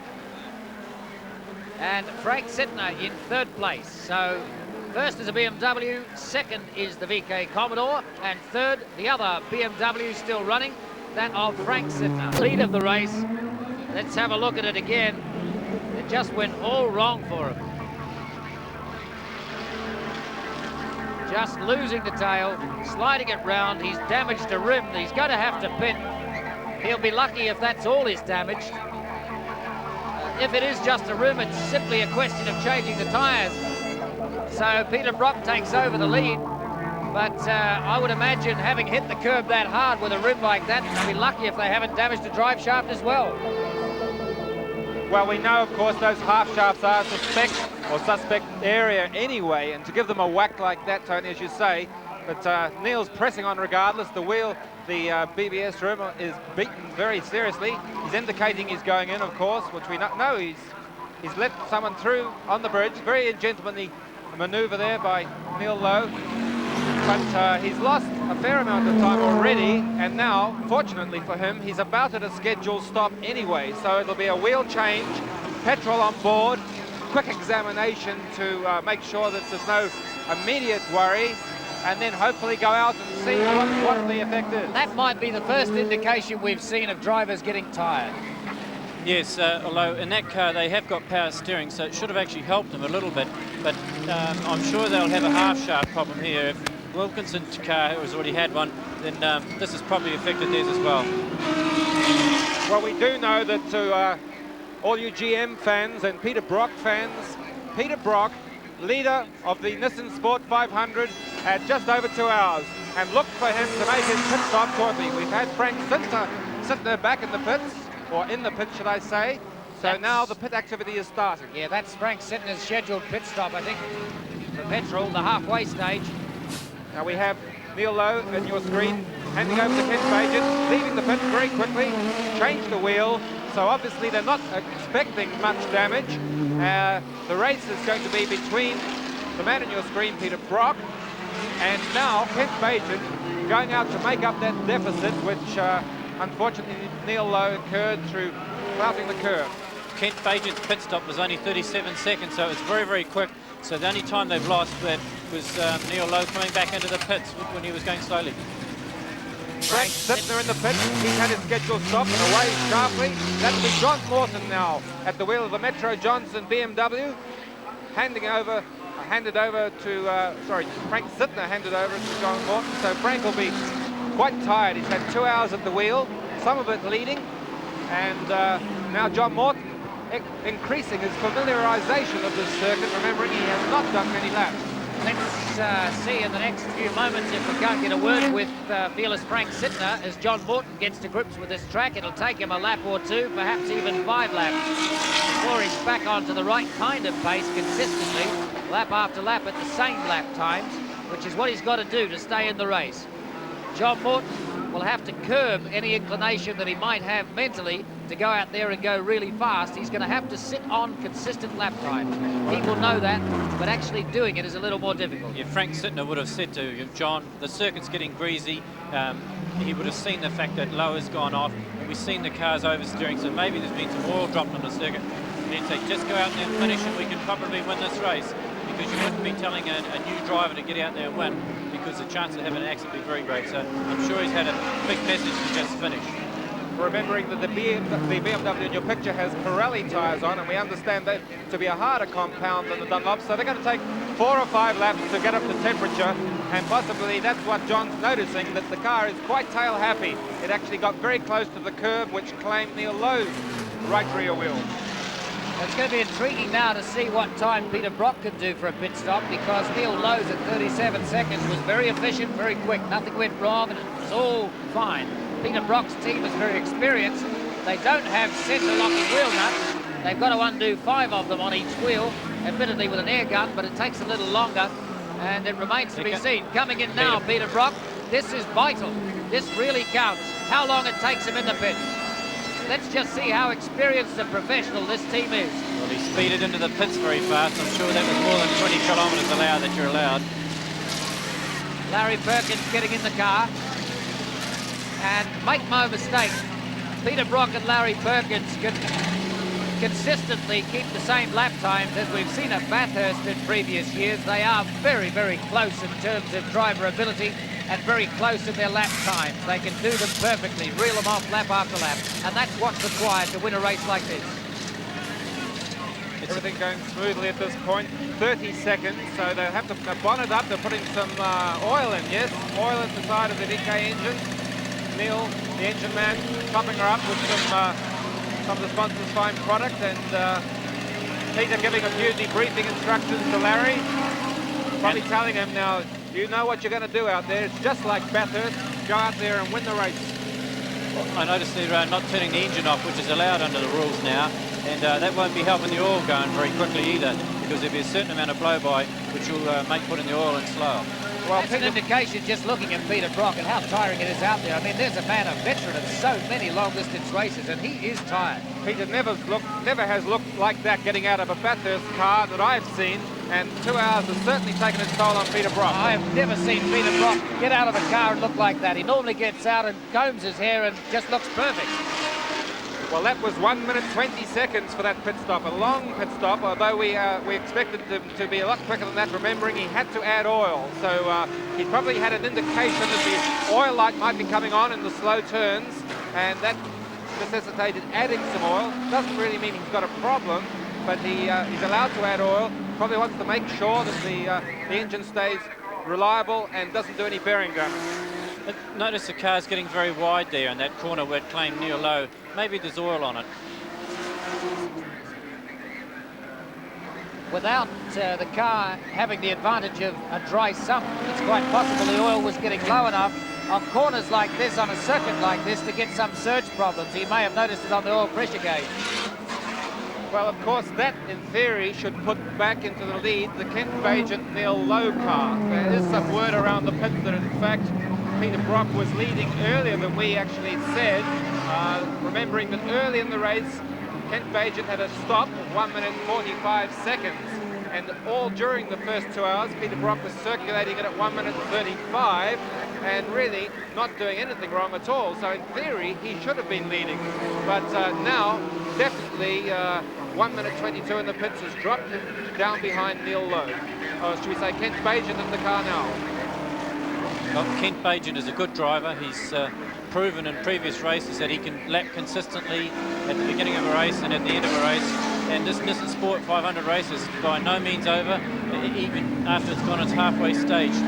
Long distance races can get a little bit boring, but not this race. We're going to have I would say, a battle between the Commodore that we see now driven by Larry Perkins and the BMW driven by Bagent. I notice Peter Brock's crew have now taken the placing off their pit board. Also, Larry Perkins taking a while to get used to the circuit there because he got passed by Neville Crichton in the BMW. Well, this is the race leader, we think, at this point, remembering, of course, that the computer is the only official recognition for places, but we're doing our own charts from this point, and we have to be on the spot, try and bring you up to date as quickly as possible. But Kent Bagent leading now, and seemingly there is no real trouble with the axle shaft, the CV joints of that right rear wheel, which is extremely lucky when you consider how hard that Neil Lowe caught the curb on Jervois Key. Or depending on your point of view, extremely good machinery that doesn't buckle under such stress.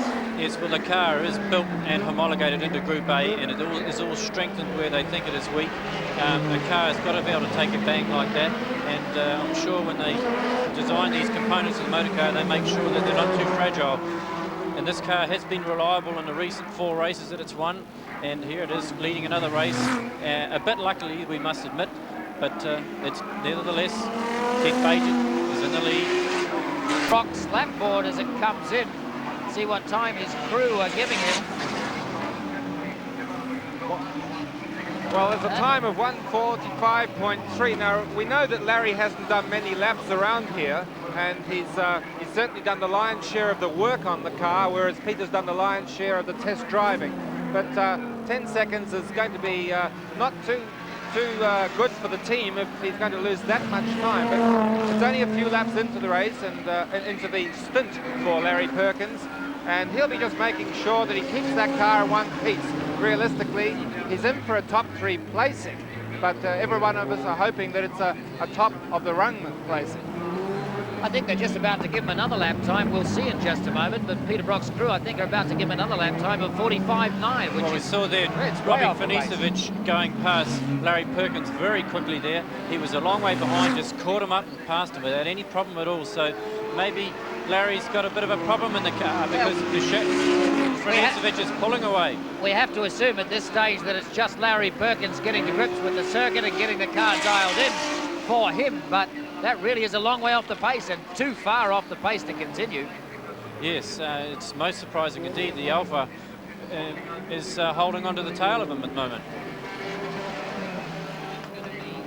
Okay, it's 43.9, I think we have unofficially on the last one. Let's see what his pit crew give him as their time. We'll have a look this time around as he comes past. Yes, 43.9, they got the same time as we did. That's really still a long way off the pace. It's 2 seconds quicker than the last lap, and there's a fair amount of traffic there, but Larry Perkins is going to have to pick that up. Yes, well, Ken Bagent, who's in the lead at the moment, is driving exceptionally well, and he knows his car, so we'd expect him to be pulling away very, very quickly away from Larry Perkins. Remembering the problem that Peter had yesterday in practice was an excessive amount of wear on his camshaft components, camshafts, rockers, and it made the car sound extremely flat. It was obviously losing valve lift. Now, when it went by our commentary position on the last lap, it had that flat sound to it, which really is indicative of a tremendous loss of horsepower. But let's just stick with the times. We see a 43.4 about to go out for Peter on the next, sorry, to Larry on the next lap. So we'll try and get some information from the Peter Brock team. And just Larry Perkins has gone off at the foul house hairpin. No real damage that we can see. Obviously the plastic spoiler, no, he's stopped it in time. Well, that would suggest that he's having maybe a handling problem or a braking problem. The tyres aren't appearing to be flattened or damaged in any way, but Larry not enjoying his drive just yet. I think I agree with you, David, with the power, because... Let's watch the replay. Just having a look at it again, he wasn't forced in there at all. I think he just braked a bit late at the apex and just didn't turn as well as he should have done. The race leader is in trouble. The right front tyre has obviously come right off the rim. He's skidding along the road, and that's going to be extremely hard to drive that car back to the pits because it's off the rim. He's got a long way to go back. He's got a long way to go back to the pits too, so he'd lose probably a lap or more doing this. And we've just seen the Crichton go past and the other BMW, so Ken Bagent will be furious about this, and how he gets over that bridge. He's going to be a mobile chicane. Well, that's intriguing. Are they going to let him continue right around the circuit and try and get over that bridge, because it's a bit tight to turn? Yeah, it's going to be very difficult, especially when he turns the left-hander, when he turns onto the bridge. Well, that's the most extremely flat-spotted tyre that I've ever seen, and it's testing the ability of Dunlop's racing tyres to the limit.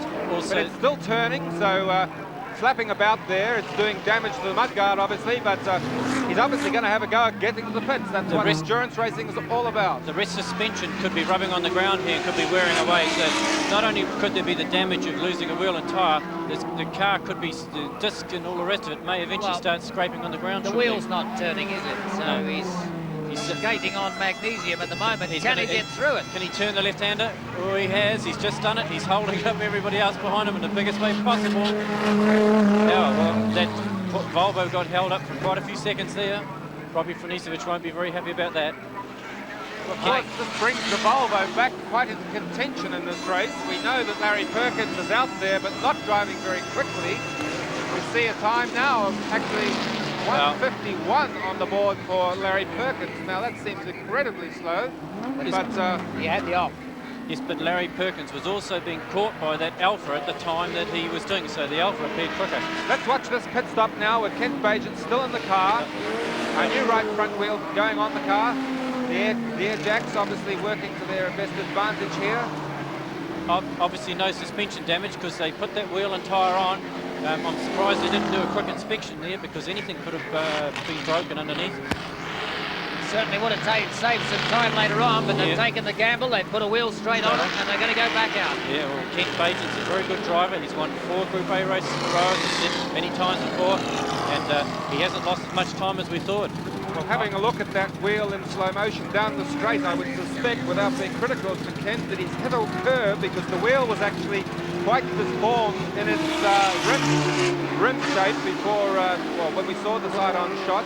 So it might have been a curving incident that caused that deflation and separation of the tyre from the rim. These tyres have a tendency, when they overheat, to start shredding, and I think that if they did that and he turned into a corner a bit quickly, then it would slide out and the rim could easily hit a curb. But these compounds are quite soft, and on a hot day like we're getting now, as the temperatures are getting up, as the afternoon carries on, a lot more tyre problems could be seen by different competitors. 87 laps completed now by the front runners. Well, they're in the pits still. I think they may be going to jack that car up to fix some suspension damage. Here we have race leader Larry Perkins in a Holden Commodore. Now that's really astonishing after the very slow lap times that Larry Perkins has turned in for the last 3. He still inherits the lead by virtue of the fact that Ken Bacon had that tyre disintegrate on him. Well, this race has got everything. This Nissan Sport 500. Well, this Nissan Sport 500 has got everything for the fans here. The positions have changed amazingly. It's just like a sprint race, and the drivers are driving it like a sprint race. There's all this action, wheels off, gearboxes braking, drive shafts braking. And it would appear that the Brock Commodore, as we said earlier, has the same problem that it had yesterday. It's lost valve lift at one of the cylinders and is now down on 7 cylinders, in fact.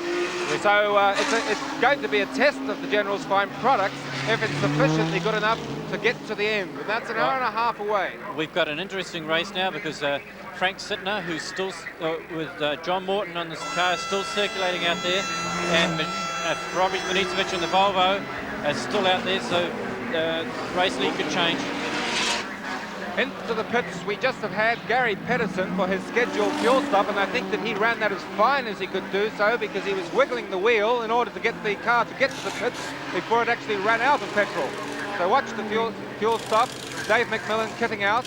It appears they're only going to change front tyres. Fuel going in. The breather bottle on the right-hand side is to avoid any spillage and lets the air out. As you can appreciate, with 40 litres of petrol being poured in such a hurry, it displaces a fair amount of air, and that is why the plastic bottle on the right-hand side is used as a safety measure to make sure that no fuel and gas spills out. They've also checked the underneath with the drive shafts, and they're also checking the disc pads, and I noticed the mechanic on the left-hand side had a look at the calipers in the drive shaft, and now he's got a rag, and underneath there is some problem, on the front, so this is going to be a very long pit stop, and the exit position they had is going to waste away as their time in the pits gets longer and longer. They've been unlucky enough earlier on in the year to have some problems with drive shafts, but they seem to have that fixed. The last time they had a problem, it was the fuel pickup. They weren't getting enough fuel pressure. That'll be an awful shame if they have to spend too long in the pits, because they were doing an excellent job leading the 2.5 litre class.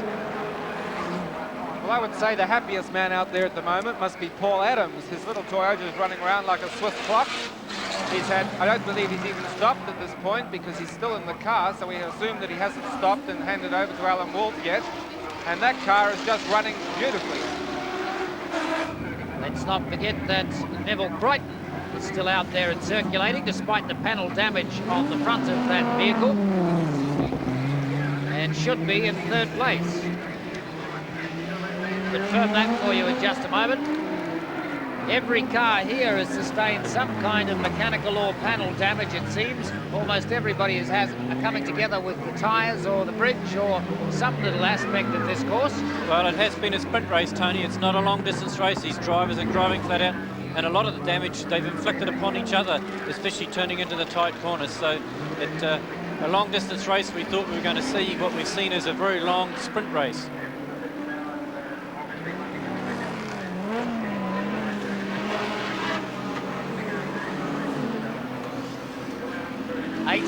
Laps completed now.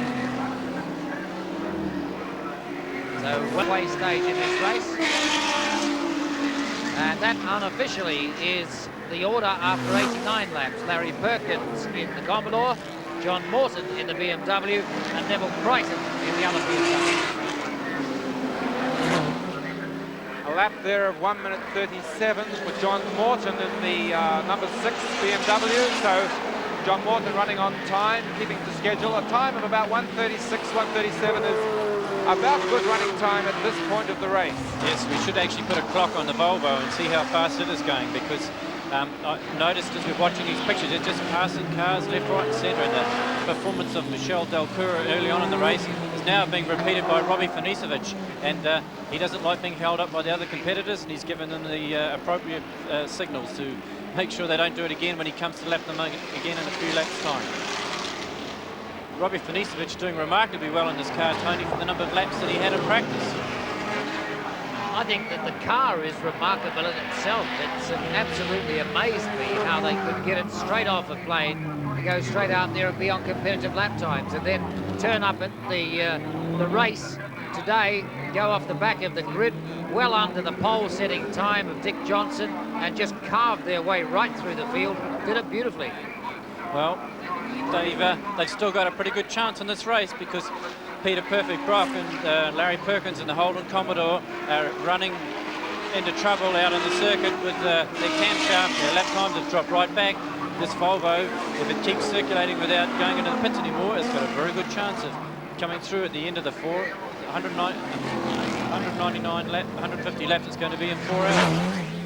Larry Perkins circulating around now. I notice as he comes past the pits here, he's got his elbow out the window as if it's a Sunday afternoon drive. Obviously the pace is not too hot. Well, the amount of power he's got, Tony, is probably only equivalent to about 6 cylinders, so Larry Perkins is a racer and he doesn't really like cruising, and he wouldn't be very happy about just cruising around out there, so he's making us sort of known to everybody how he feels. Well, our unofficial lap scorers gave us a position a few laps ago, which showed Larry Perkins to be leading from John Morton, with Michel Delcourt, or Robbie Francevic in this Volvo in 3rd place, and the sensational Toyota Sprinter of Paul Adams in 4th place. And that looks pretty good, so we'll have to just wait and see what the computer thinks of all that. I think after all the talking stops, the story of the race, the highlight of the race, is going to be Paul Adams' placing if he continues circulating the way he is now. It's an absolutely superb performance in a 1600cc car. There's Larry Perkins, still wandering around the circuit, and I think wandering is the right word. It's really not on the pace.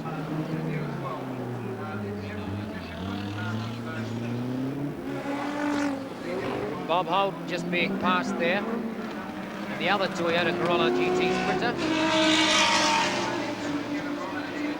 Not a mark on the VK Commodore yet. Larry Perkins and Peter Brock showing the class of driving.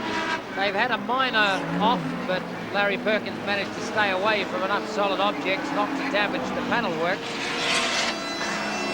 Well, I've just got to bring you a lap time, which is nothing short of sensational for Robbie Francevic and the Flying Brick, what we'll call the Volvo, 131.75. Now that car is the fastest car on the track. It was earlier on today. It was the sensation of unofficial practice, and a time like that could easily bring it back into the lead contention. Remembering that this man, Larry Perkins, now there's the lead. Well, unofficially, we would see that that is the lead taken by Robbie Francevic in the Volvo. Even if it isn't even if he's a lap down, the speed that he passed Peter Brock, he could easily unlap himself again and take the lead. So a very good leader coming up. First thing I think I'll do tomorrow morning is take David Oxton's stopwatch down and get it fixed, because it keeps turning up so many unbelievable times. This one has just become more believable when you see how fast Robbie Francevic is circulating in that Volvo. Yesterday, if we'd seen a time like this, we'd have thrown it out and said, no, must be something wrong with that. Today, you can believe it, because that Volvo certainly is the fastest car on the track, and that's a phenomenal time at this stage of the race.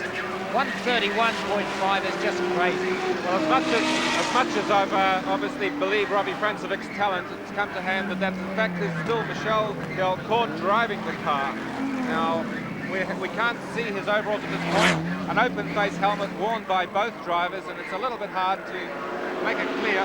But in error there, I think I spoke a bit too soon in thinking that the lead had been taken by Delcourt. In fact, he has just unlapped himself from Larry Perkins, and that would really still leave him in the same position. But with the sort of lap times he's doing, if that is to be able to be kept up to the end of the race, it's going to be one heck of a finish to see where this Volvo finishes at the final standing. Well, obviously what they're doing in this race, they're running as long as they can in terms of the 3 hours driving time, before Robbie Finisevich gets in. And when they come in the pits for the last time, Robbie will take over. And they're obviously going to leave Michel Delcourt out for as long as possible. Paul Adams is in the pits. We've just seen him come in with really the drive of the day. Let's see how their pit stop goes, because this to me is the drive of the day. It really is. A 1600cc car in class 3, not only leading his own class, but the 2.5 litre class as well. And in 5th place overall. Unofficially in 4th place, we think it's 5th. Whichever it is, overall to be 4th or 5th in that Toyota Corolla is just astonishing. So it's a bird drive. It's Alan Wolfe out of the car now, I think. Paul Adams' father-in-law. Yes, it is. Alan Wolfe in the car. Let's see if he does the same lap times as Paul Adams. Well, he's capable of doing them in past experience. Alan Wolfe is more of a circuit racer than a rally driver, and he's proven in Benson Hedges racing and all sorts of short distance and long distance racing in New Zealand. He is one of the most competitive drivers you have in this country, and even at his 37 years of age, plus another 10 we reckon, he's still pretty quick. There's Paul Adams just having hopped out of the car with a big smile on his face, as well he might have. We'll try and get a word with him very shortly with Graham Booth down in the pits. But Paul Adams would have to be happy with that performance. With some of these drivers, it's very difficult to tell who's in the car at which time, because with the full face helmet on, it's very hard to see their faces. In this case, it's not difficult because Alan Wolfe is about a foot shorter than Paul Adams, so you can see by where he sits in the car. Talking about big and small, certainly Michel Delcourt is a big man with a big heart. Obviously got big something or others to drive this car and the speed he's doing too. The car is obviously a fantastic car suited to this track, and it's what we said yesterday, it's a horsepower track, and as long as that can be coupled with traction and reliability, it's obviously going to help the guy to win the race.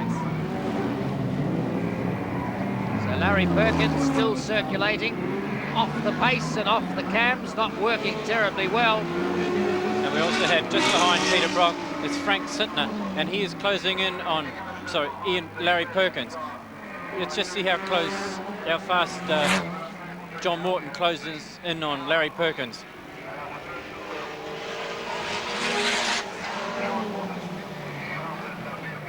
John Morton closing in very quickly on Larry Perkins, Tony. It's obviously that the Commodore has a problem. Yes, I think as soon as they get through the bridge complex, if not before, that John Morton will get in front of Larry Perkins. Already in 2nd place anyway. Have a look for it here. Yeah, the Commodore's way down on power. Yesterday and early on in the race, that BMW would not have been able to pass that Commodore like that. So Larry Perkins has only got the equivalent of 6 cylinders at the moment. It's still circulating well and cleanly, and they hope to finish the race. Just not enough sheer growth. And after 95 laps, the order is Michel Delcourt in the Volvo leading John Morton in the BMW in 2nd place. Peter Brock still registering as 3rd place, and Paul Adams now in 4th place.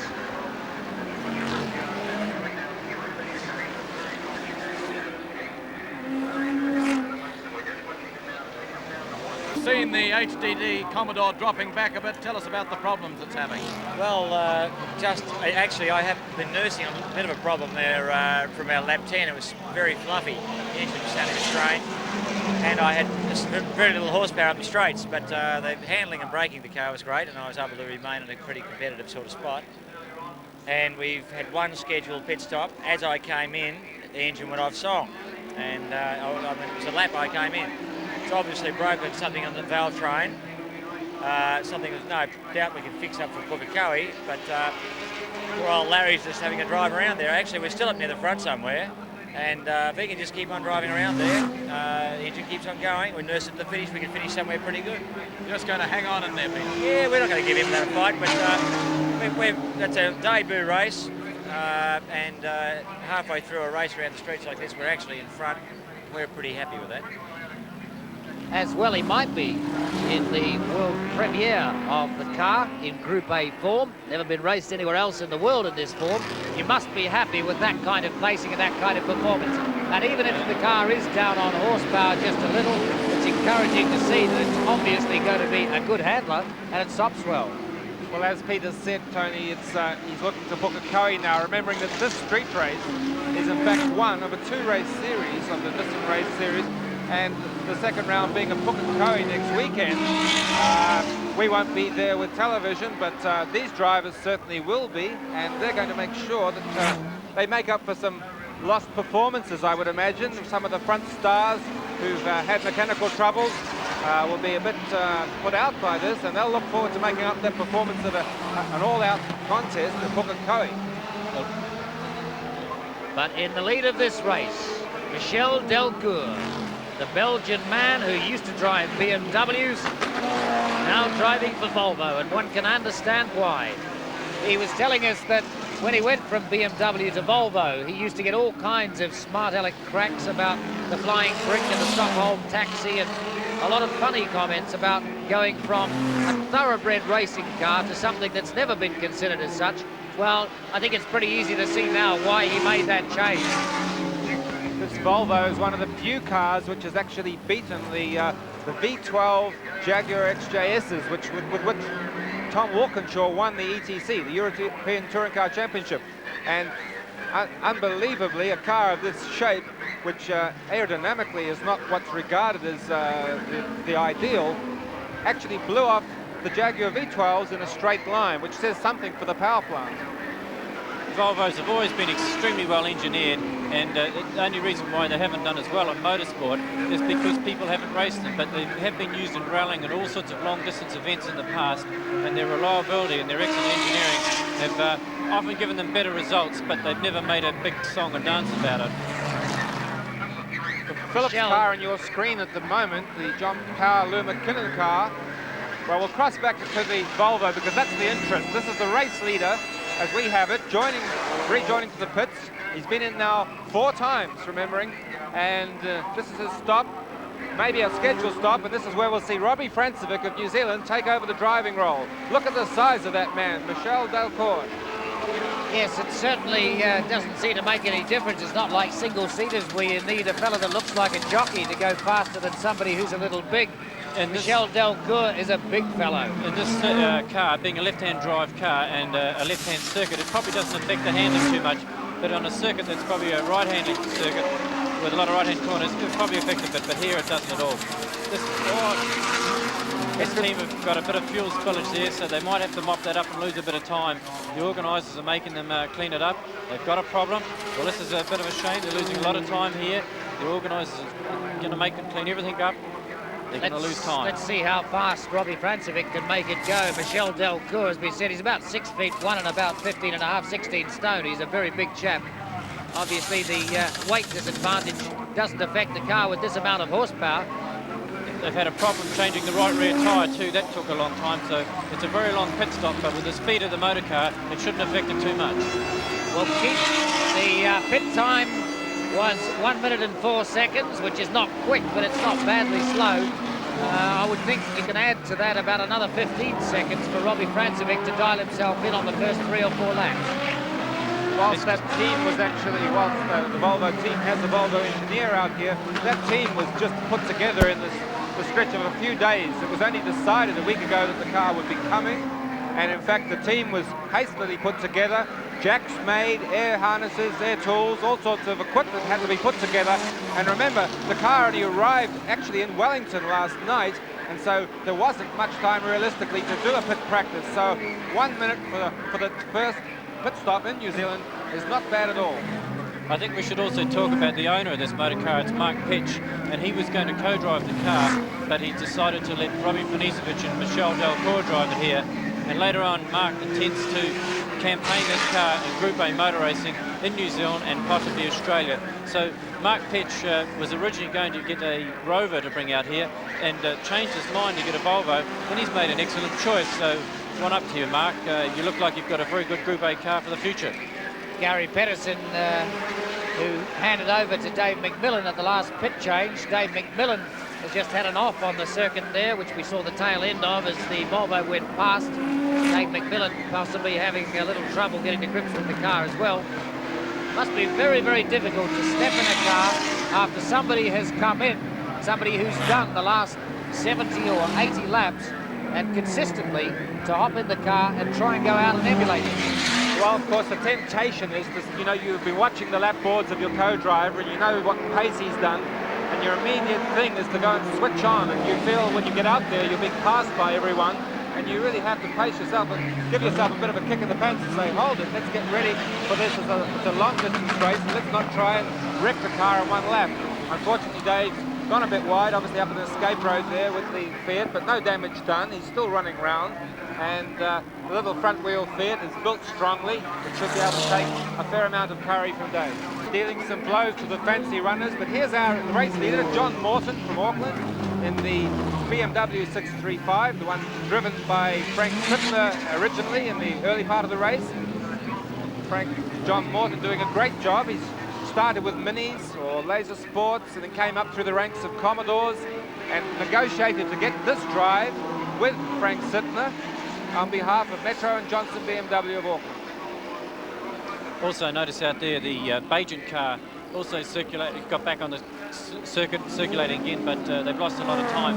And I think it'd be interesting to see, I think Kent Bajan's in front, whether or not John Morton closes in on him, because John hasn't really had much experience in this motor car. And I know that John Morton would dearly love to close in on Kent Bajan and beat him in a similar car. Yes, he would. Yeah, there's a...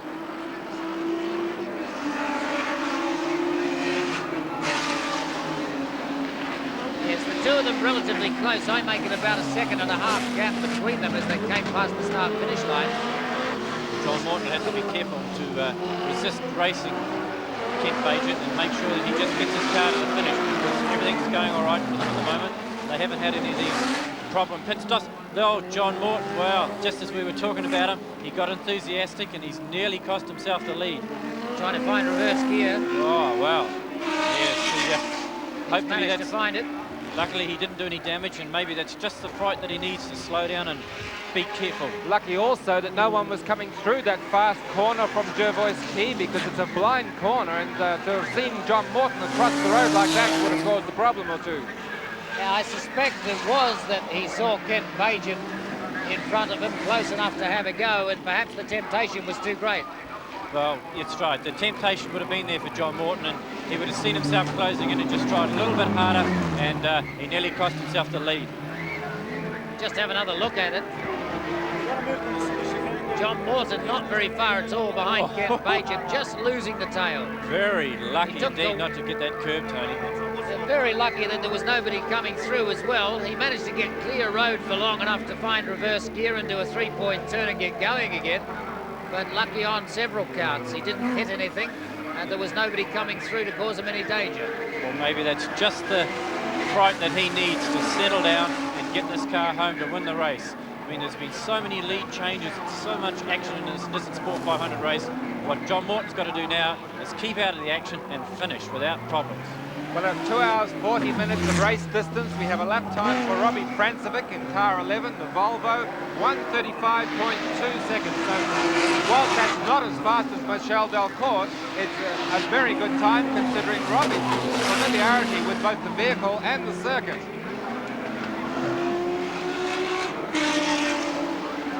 It'll be intriguing to see if he gets down to the same times as Michel Delcourt as the day goes on. Yes, I think of course expected to at this early stage. No, I think it'd be very difficult, Tony. It's a left-hand drive motor car. The tyres must start wearing later on, and it'd be very difficult for Robbie to achieve that. But John Morton is very erratic. He better settle down, or he's going to see this race lead go out the window with a bent wheel or something else like that. Very, very easy on a street circuit at any stage to ruin wheels and drive shafts and front suspension as well, because the moment you lose it, you're liable to hit a curb or something solid. Well, being left-hand drive, it can't be easy for John. I mean, it's all very well to sit here and criticise him, but to hop in a very powerful motor car like that with so few laps on the most difficult driving and challenging circuit that we've ever had in New Zealand, and for many a time, good on you, John. Just be careful. Okay, the order as we make it at the moment. John Morton having lost the lead. The little spin there. Almost lost the lead, should we say. He's still holding on to it. John Morton first, Delcourt second, Brock the Brock Commodore in 3rd place, and then Neville Crichton for the BMW, Paul Adams in 5th place. 103 laps for the first two, 101 for Larry Perkins, and 100 for Crichton, while Paul Adams is on 99. And the race order as we have it at the moment leaves Michel Delcourt, Robbie Francevic entry, with Robbie Francevic driving. Well, despite all the problems today, you're still very, very well placed in the Volvo. It must make you very happy. Yes, I'm very happy because we had to stop, I think, 3 times. One normal pit stop and twice for bonnet problem. The front bonnet opened, and we had to find a solution to hold it. And then we had also to refuel twice oil in the car. But everything is okay. Everything is okay, and I hope it's till the end of the race. Of course, things have been very difficult for you, haven't they? Having to get the car here in a hurry, no time to work on it and this sort of thing. You see, with this car, it's not necessary to work on it. Yesterday we came at 5:30. I've tried the car a few laps, and it was very okay, except the long ratio from Mugello, as I said yesterday. This night they've worked till 4 a.m. all the team, very good team, and everything is okay. We haven't to do anything on the car, but I'm very tired. This track is the most tiring track I ever seen in my life, and it was very, very difficult. Do you find it an exciting track, though? It's a very exciting track, but it's a track which, if you do any mistake, you pay direct, you pay cash, and that's a big problem. And I've seen a lot of cars slipping and going against the container or the wall with a lot of damage. Well, alongside us here, we have the man who built the car in Belgium, Michel Delcourt's mechanic. I'll ask you, do you think the car will stand up for the rest of the race? I hope it will be stand up for the race. Both pilots are very good. They take a great respect for the car. I bid for them. As Michel said before, we were very late for the training, and if both pilots are on the podium, even if they are 3rd or only 2nd, I cannot ask more. I will be very happy. Was it very hard to get the car prepared for here with so little time? Oh yes, because I put the car on the plane Friday, 10 days ago, and I knew that I had to finish the car for the Friday for the plane on the Wednesday in the morning. So I had only 2.5 days to prepare the car, to change engine and to ready the car for your race. So better next week at Pukekohe? I hope. Aboard as well, because they did a lot of work in being part of this. Here is the race leader, John Morton, really needing to settle down. As Reg Cook said a few laps ago, he seems to have settled into a pace now. Rather difficult for him hopping in a left-hand drive car, and a car that he is unfamiliar with racing. He's really had very, very few laps in the car to get familiar with it. But having the race lead and knowing that they can hold him by consistent lap times, the pressure is really on John Morton to sit in consistent lap times. The rate that the Volvo in the hands of Robbie Francevic is catching from behind, I think another 10 or 15 laps will see that gap close right up. Yes, it'll be interesting to see whether if John Morton lets Robbie Francevic through too easily, because even though there's a lot of rivalry between these drivers, I said before, so I don't think that Robbie Francevic, if he does catch up with John Morton, will be able to get past as easy as he thinks he's going to. Larry Perkins, a lap time of 1:43, so obviously the horsepower shortage is not getting any better, but he'll be going for a finish now with the Holden. We can't really consciously see it having a chance of a win today. I think John Morton has settled down, Tony. He worried me a while ago, but on watching him now, it appears to not be making too many mistakes, although anything can happen.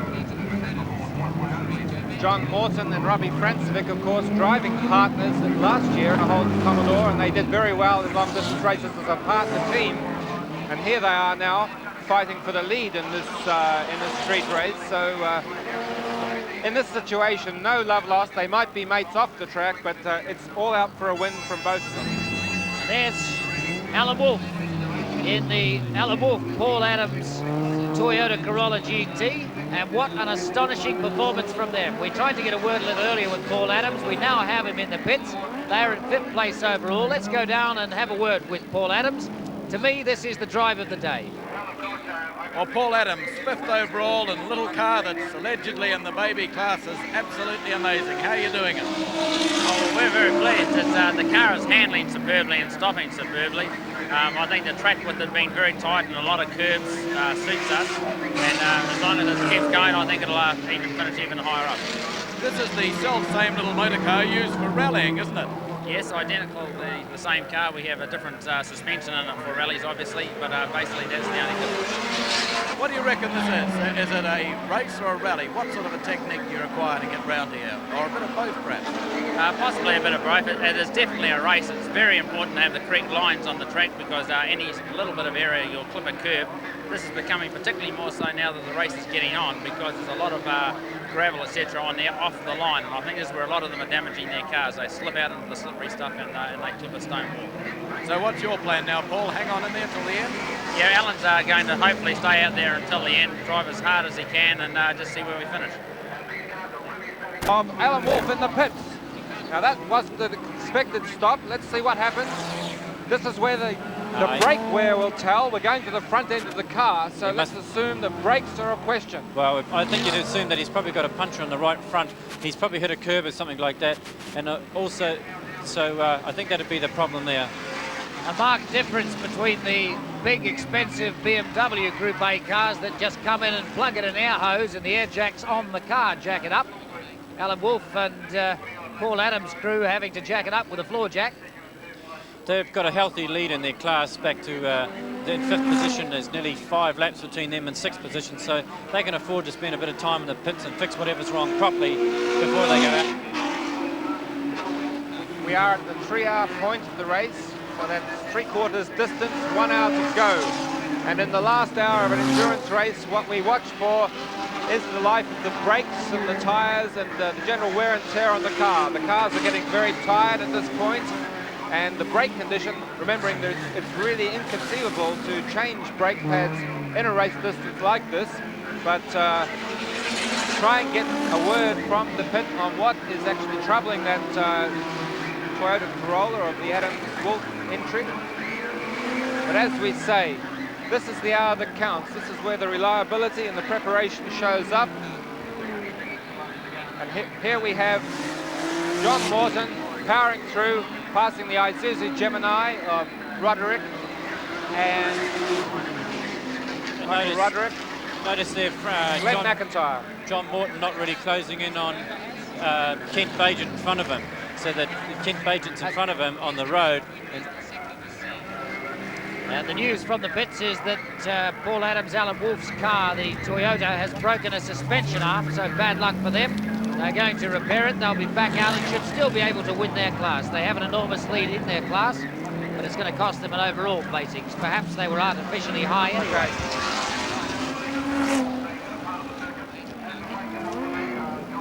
Robbie Francevic.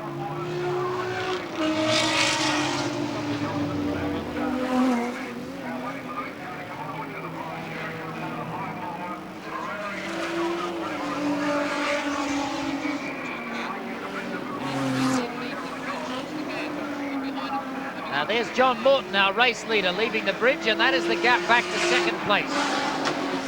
John Morton having left the bridge. 2nd place coming up now. There is Robbie Francevic, and closing very, very fast indeed. Wow, it's an exciting motor race, Tony. The lead has just changed so many times, and for a race to be going this distance and to have something to talk about for the whole time, it's really surprising. And so maybe street circuits are excitement from one end of the concept to the other. Robbie Francevic is going to catch him. I just wonder how long it will take to get past him and what happens at that time. Yes. It'll be intriguing. We'll watch the battle. Anything could happen. One of these cars could end up making a slight mistake and puncture. Anything can happen. 117 laps completed now. Well, this Nissan Sport 500 race is definitely not over, and the excitement is increasing with every lap with this particular duel with ex-friends and great rivals. John Morton must see Robbie Franicevic closing in, and he will be starting to increase his speed, and anything's possible.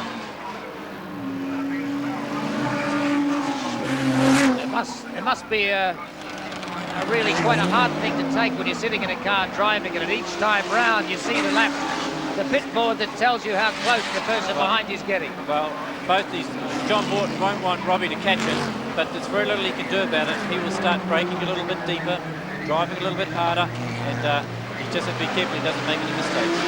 Robbie Francis coming up to the left with John Power, VK Commodore, John Power and Lou McKinnon, and this VK Commodore not quite up to the standard of Peter Brock's. It's only their first effort in Group A racing, but they built the car in something like 7 weeks, and for the benefit of this race at least, they thought they would run it on road radials, just Firestone road radials, to make sure that they could save the enormous tyre bill whilst they're learning to drive it. But a very good effort by these two lads in the Phillips car.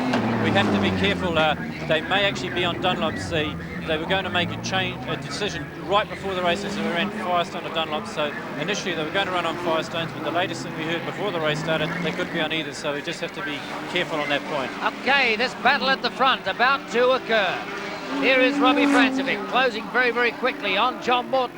There's John Morton. Robbie Francevic right on his tail, closing with each lap. By the end of this lap, expect them to be right together, and then the fireworks start. Will John Morton allow him to go past and be happy with that, or will he not? Yes. Bear in mind that the winner of this race gets $20,000. Far more money than anybody that I know of has raced for in New Zealand before. Yes, Robbie Franicevic getting a bit twitchy there, coming onto the straight.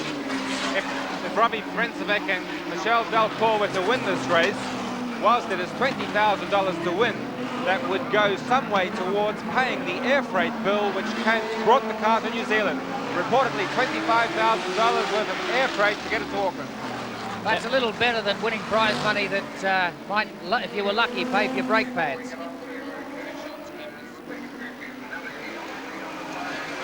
Getting very, very close now. We'll watch this battle with interest. Michel Delcourt, fast enough, close enough now to get past. Yes, some unusual spectating views there. The Volvo showing its superior top speed because of the extra horsepower on the straight there. But with turbo lag, may not be quite as quick out of the corners. Now, Robbie Francevic, I notice, getting about the same amount of oversteer as Michel Delcourt was with this Volvo. Seems to be a little tail happy, but doesn't look out of control. It really looks like that's the way you've got to drive it. With turbo power, the power comes in sort of gradually in these cars because they don't run very high boost, so you don't normally get power overslides initially when you put your foot down. Well, they're getting closer. The BMW with seemingly better handling, the Volvo with more horsepower. Although the Volvo handles fairly good around the fast corners, Tony. Just a matter of time. Well, at the rate that Robbie Francevic was closing in, he's really steadied up just a little in the last lap and a half. Now this is two New Zealanders fighting for the lead. John Morton from New Zealand, co-driving in Frank Sittner's car. And Robbie Francevic co-driving in the entry with Michel Delcourt from Belgium. So New Zealanders fighting out first and second place at the moment. Down this straight is where you're going to see the extra power of the Volvo Turbo come into its own near the end of the straight. It's a matter of what can happen under braking. I wonder if this is tactics from Robbie Francevic. He was closing quick enough to have gone past half a lap ago. Yes, I think he got blocked a bit there by the Willie James Toyota GT, and it was a bit difficult for Robbie to get through then. You'll have to wait another lap to the same point on that straight. Well, everybody's had a shot at leading this race, and even different drivers of the driver combinations, but it looks at this point as if Robbie Francevic is poised to take the lead from John Morton, the two North Shore drivers in their respective European entered cars.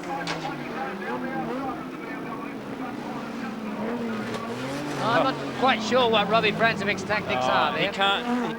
He has turbo lag, Tony, so it doesn't get out of the corners too quickly. So I think he's really got to wait until he gets on the straight in front of the Michael Fowler centre. For a passing manoeuvre. John Morton's sweating it out with him. He's chopped them off, so it's going to be down the back straight in front of the Malcolm Fowler centre, which has a great number of celebrities. In fact, here it is. John Morton went too wide there, and Robbie Francevich just got through. Okay, we'll try and replay that incident for you. The passing manoeuvre. John Morton went too close into the tyre, forced himself to go wide. As you see, he's in tight to try and keep inside the little Isuzu Gemini, forcing himself out wide, and in comes Robbie Francevich up the inside, hard left lock, and booting it out to take the lead off John Morton. So the lead changes yet again in the Nissan Sport 500. The leader now is Robbie Francevich. Robbie Francevich and Michel Delcourt driving the Volvo. That's the third time it has been in the lead, having started off the back of the grid.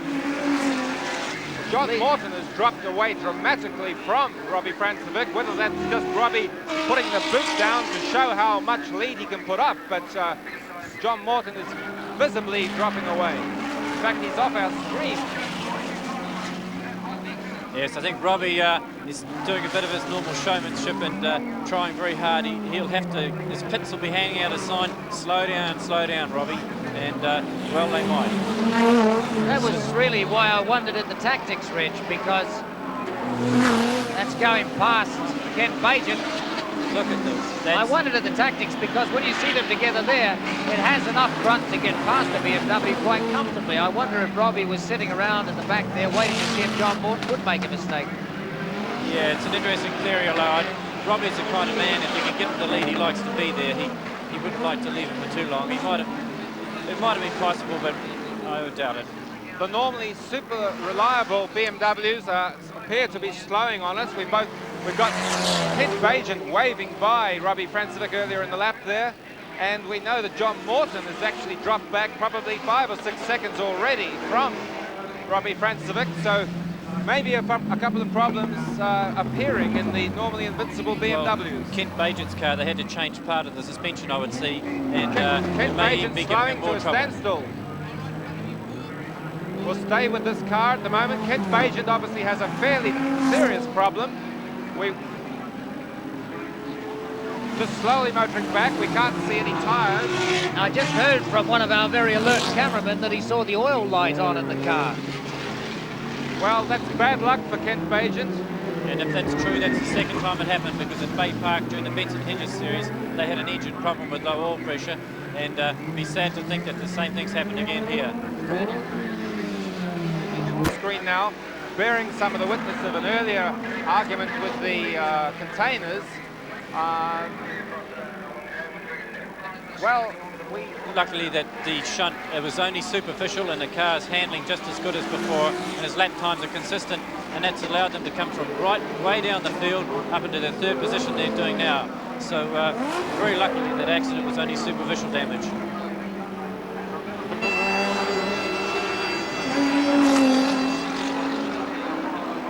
That's Ray Gulson into the pits in the Alpha.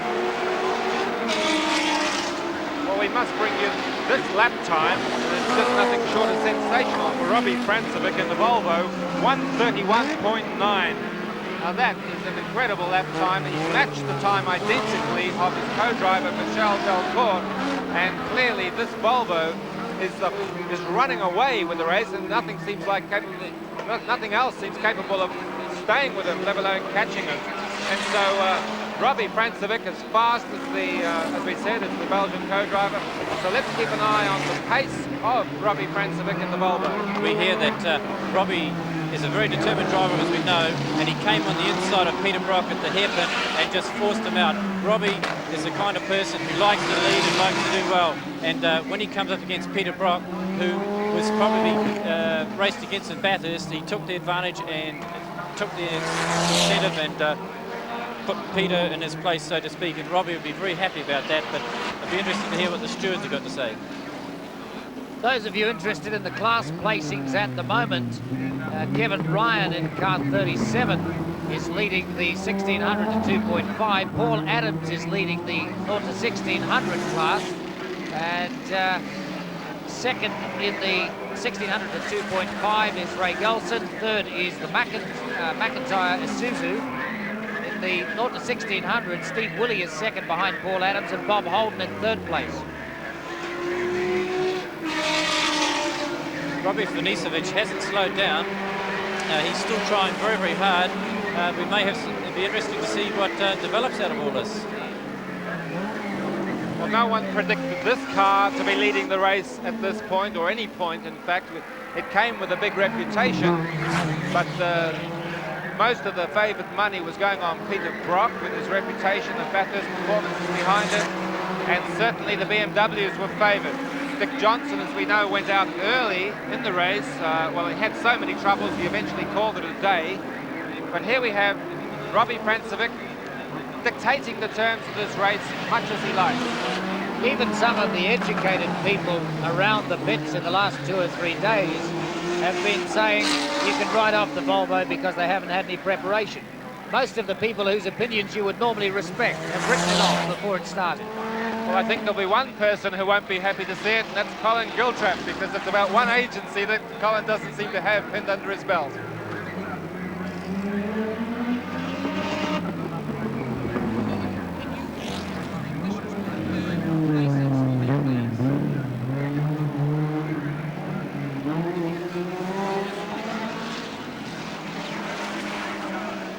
Robbie Francevic in the Volvo, circulating round and just showing the people here, showing everybody that he is as good as any driver in the world, and turning in an absolutely stunning lap time.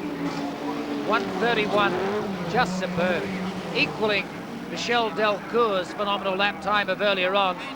But Robbie Francevic proving to all the world that he's as clever as any imported driver and just as determined. Tony, what this is actually proving is that the BMWs in Europe have dominated for a number of years. Last year, of course, they came under threat or attack and lost to the Jaguars. But the emergence of the Volvo shows that Group A is a developing area for the manufacturers. And we'll see all sorts of new cars appearing, as Reg has told us. The Japanese cars will be appearing shortly as they become homologated. But unlikely cars as they may be from time to time, the Volvo is showing what pure grunt, when put into a big chassis, can do. Bit of a sideways there for John Morton. Didn't seem to clip anything with the right rear tyre, but there's certainly some marks on the rim, which he might have done at some other time. Yes. White marks indicate that he's rubbed something there. Well, hopefully he hasn't got a puncher coming up out of that. Coming up on Larry Perkins in the UDC. Let's watch this on replay, just see how close. Very, very close. No, in fact, that's... Well, he's certainly done some sort of a touch on there, but from this angle, we can't tell whether there's any serious damage to that wheel rim. has definitely got a bent outer rim, but whether it affects the tyre or whether he has to change it or not, we'll have to wait and see, but it's definitely got a bent outer rim. Well, we'll watch for any sign of deflation. Doesn't seem to be slowing his pace. He's nerfing his way past Larry Perkins there, or trying to, shall we say. Larry's not giving it away too easily. Now Larry obviously has dropped a lot of placings with the down on horsepower engine. We think that he's probably lost 1 or 2 cylinders now. So here we go again. John Morton going by Larry Perkins in the new VK Commodore. Larry will be looking forward to the new homologation, which will appear during the year. Close moment there for both drivers, but Larry Perkins will be looking forward to new homologation, which will be due in about 6 months' time, which will allow the Commodores to gain some weight advantage. That is, they will be able to remove their 200-odd kilos of lead which they are carrying today, because, as Peter said earlier, because they are running 5044cc. When they get the smaller engine, they will be able to lower their weight and make that Holden more competitive, or at least super competitive, in the hands of Brock and Perkins.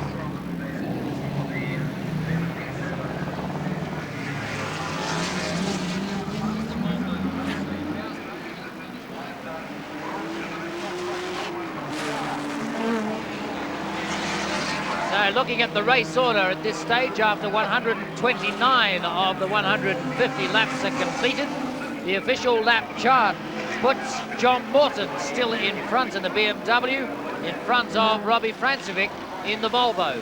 We don't agree with that on our lap charts, but we will have to wait to get official confirmation and establish which way round it is. There has been confusion most of the day as to who is leading and who is in second place.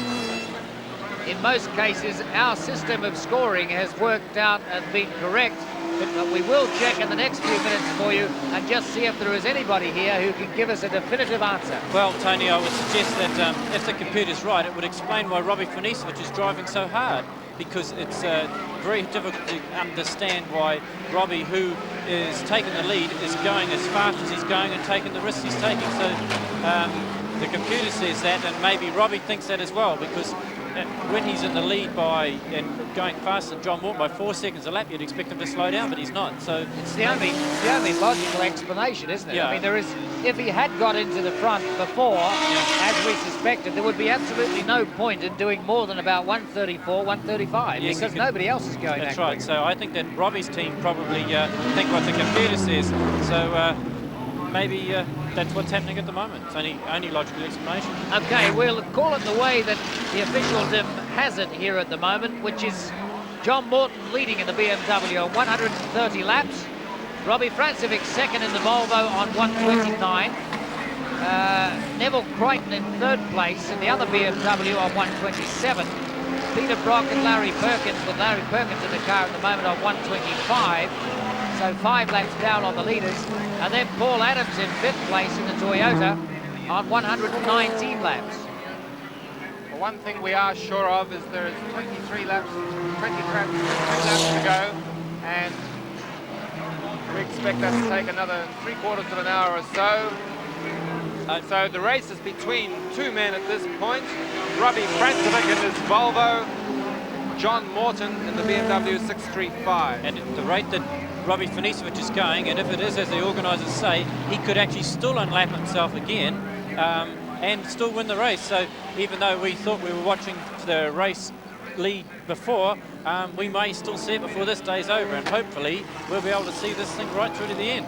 I've never seen this much confusion, not only with several systems of lap scoring, but where the crews of the competitors are unsure of the places as well. Yes, I think it's not confusion like we saw at Pukekohe in the rain. This is confusion, and it's everybody. The teams are out. Peter Brock's team was out before. I think Robbie Finicci's teams may be out now. We do not know, but at this stage we'll take it as the officials say it. Wouldn't it be a horrible story if Robbie Francevic thought he was now trying to unlap himself for the lead and went too fast and blew up the engine in the process? Well, I mean, there's an answer to that, and you'd have to say is that's motor racing. Well, we're sure about one thing. Those two drivers aren't confused. They're having one hell of a motor race here in the streets. They're both fighting hard for whatever place they're going for. Robbie turning on a tremendous street race performance, the pair of them. Robbie Finisevic is definitely trying exceptionally hard, although I wouldn't be surprised if John Morton has tried to settle down into a sensible pace.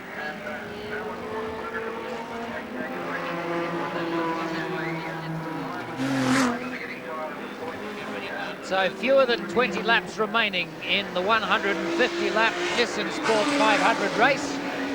And the battle at the moment is between two New Zealanders for first and second, John Morton and Robbie Francevic.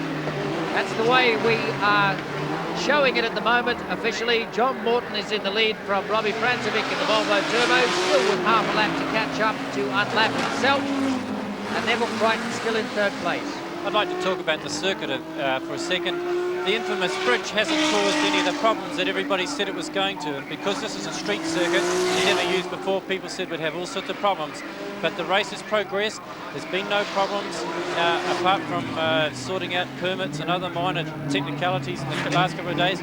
But we've had a marvellous race, and the race looks like going being exciting right to the end.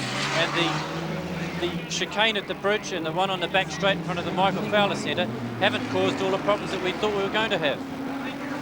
Well, the drivers have driven sensibly and according to the conditions. There was a lot of stories about the hazards of street racing. There was some concern about some of the lack of escape roads.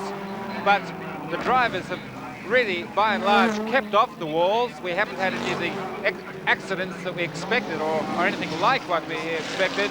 And as Reg says, the bridge hasn't posed any problems for those who treat it with respect. Well, just to add to the confusion, I've just asked another lap scorer here who tells us that the Volvo is in front, and yet their team don't appear to be under that impression. Well, if he is in front, I can't understand why Robbie Finisevic is going so fast. Never mind. It is confusion, some of which is understandable, and the first time this race has been run, perhaps the coordinating of lap scoring will be a little better next time. But at the moment, we will call it the way it appears on the official computer, which is John Morton leading from Robbie Francevic. Well, I'm sure, Tony, if the official computer's wrong, it will only take a short period of time before they'll change it, and we'll get our next screen from which we can call off from. Yes.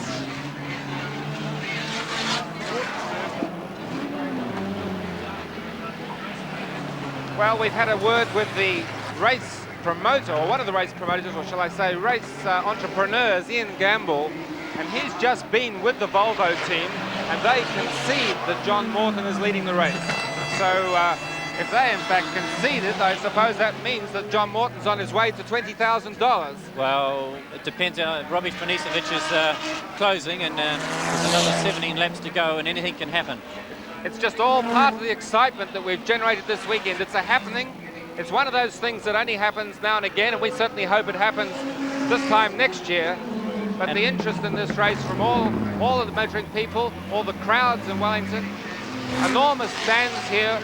A lot of people come to watch this inaugural race, and yes, there has been a few teething problems, but it hasn't detracted from one hell of a race.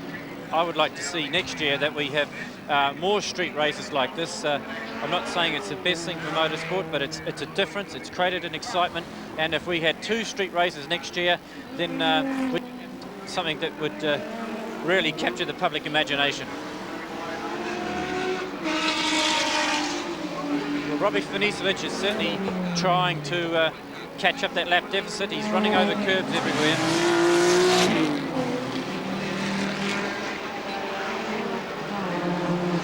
So half a lap difference now. We have had this situation sorted out. It is definitely John Morton in the lead. Their crew are a little worried that he won't be able to hold off the Volvo for the rest of the race. Less than 20 laps now, and Robbie Francevic driving for all his worth to make up that gap. So we're coming down to an exciting finish. I would say that Robbie Finisevic is catching at the rate of about 2 to 3 seconds a lap, and for 10 seconds. And John Morton has just lost some more time. This is the second time we've seen it. He'll have to settle down.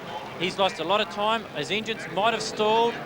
The Volvo will be closing in a lot. And Robbie Finisevic very quickly is going to be on the back of the BMW again. Well, we've seen it all here today. Anything can happen, and this is all happening. Well, we think that he's actually caught back about 10 seconds in that incident. So on our watches, we would say approximately 20 seconds the difference on that at this point. We'll put a watch on that. And here's the replay on that. Yes, John Morton got caught out there.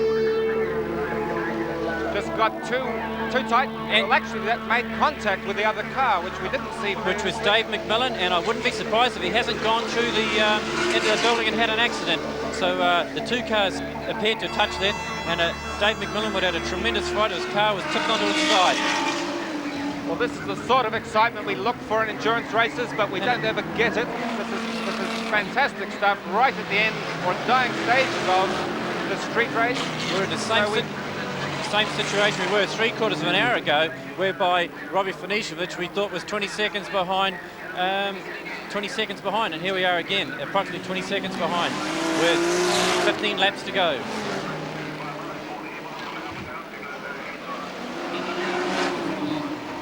So can Robbie Francevic make up that time? John Morton has just given him a hand to do so with that spin, losing a good 10 seconds. And Robbie Francevic really with the hard charge now. His pits will have told him just how much he has made up. He'll get the shock of his life when he finds up he's made 10 seconds more than he expected to. Volvo, so in the picture say there'd be at least 25 seconds, and we'll have a spin on the gap very shortly.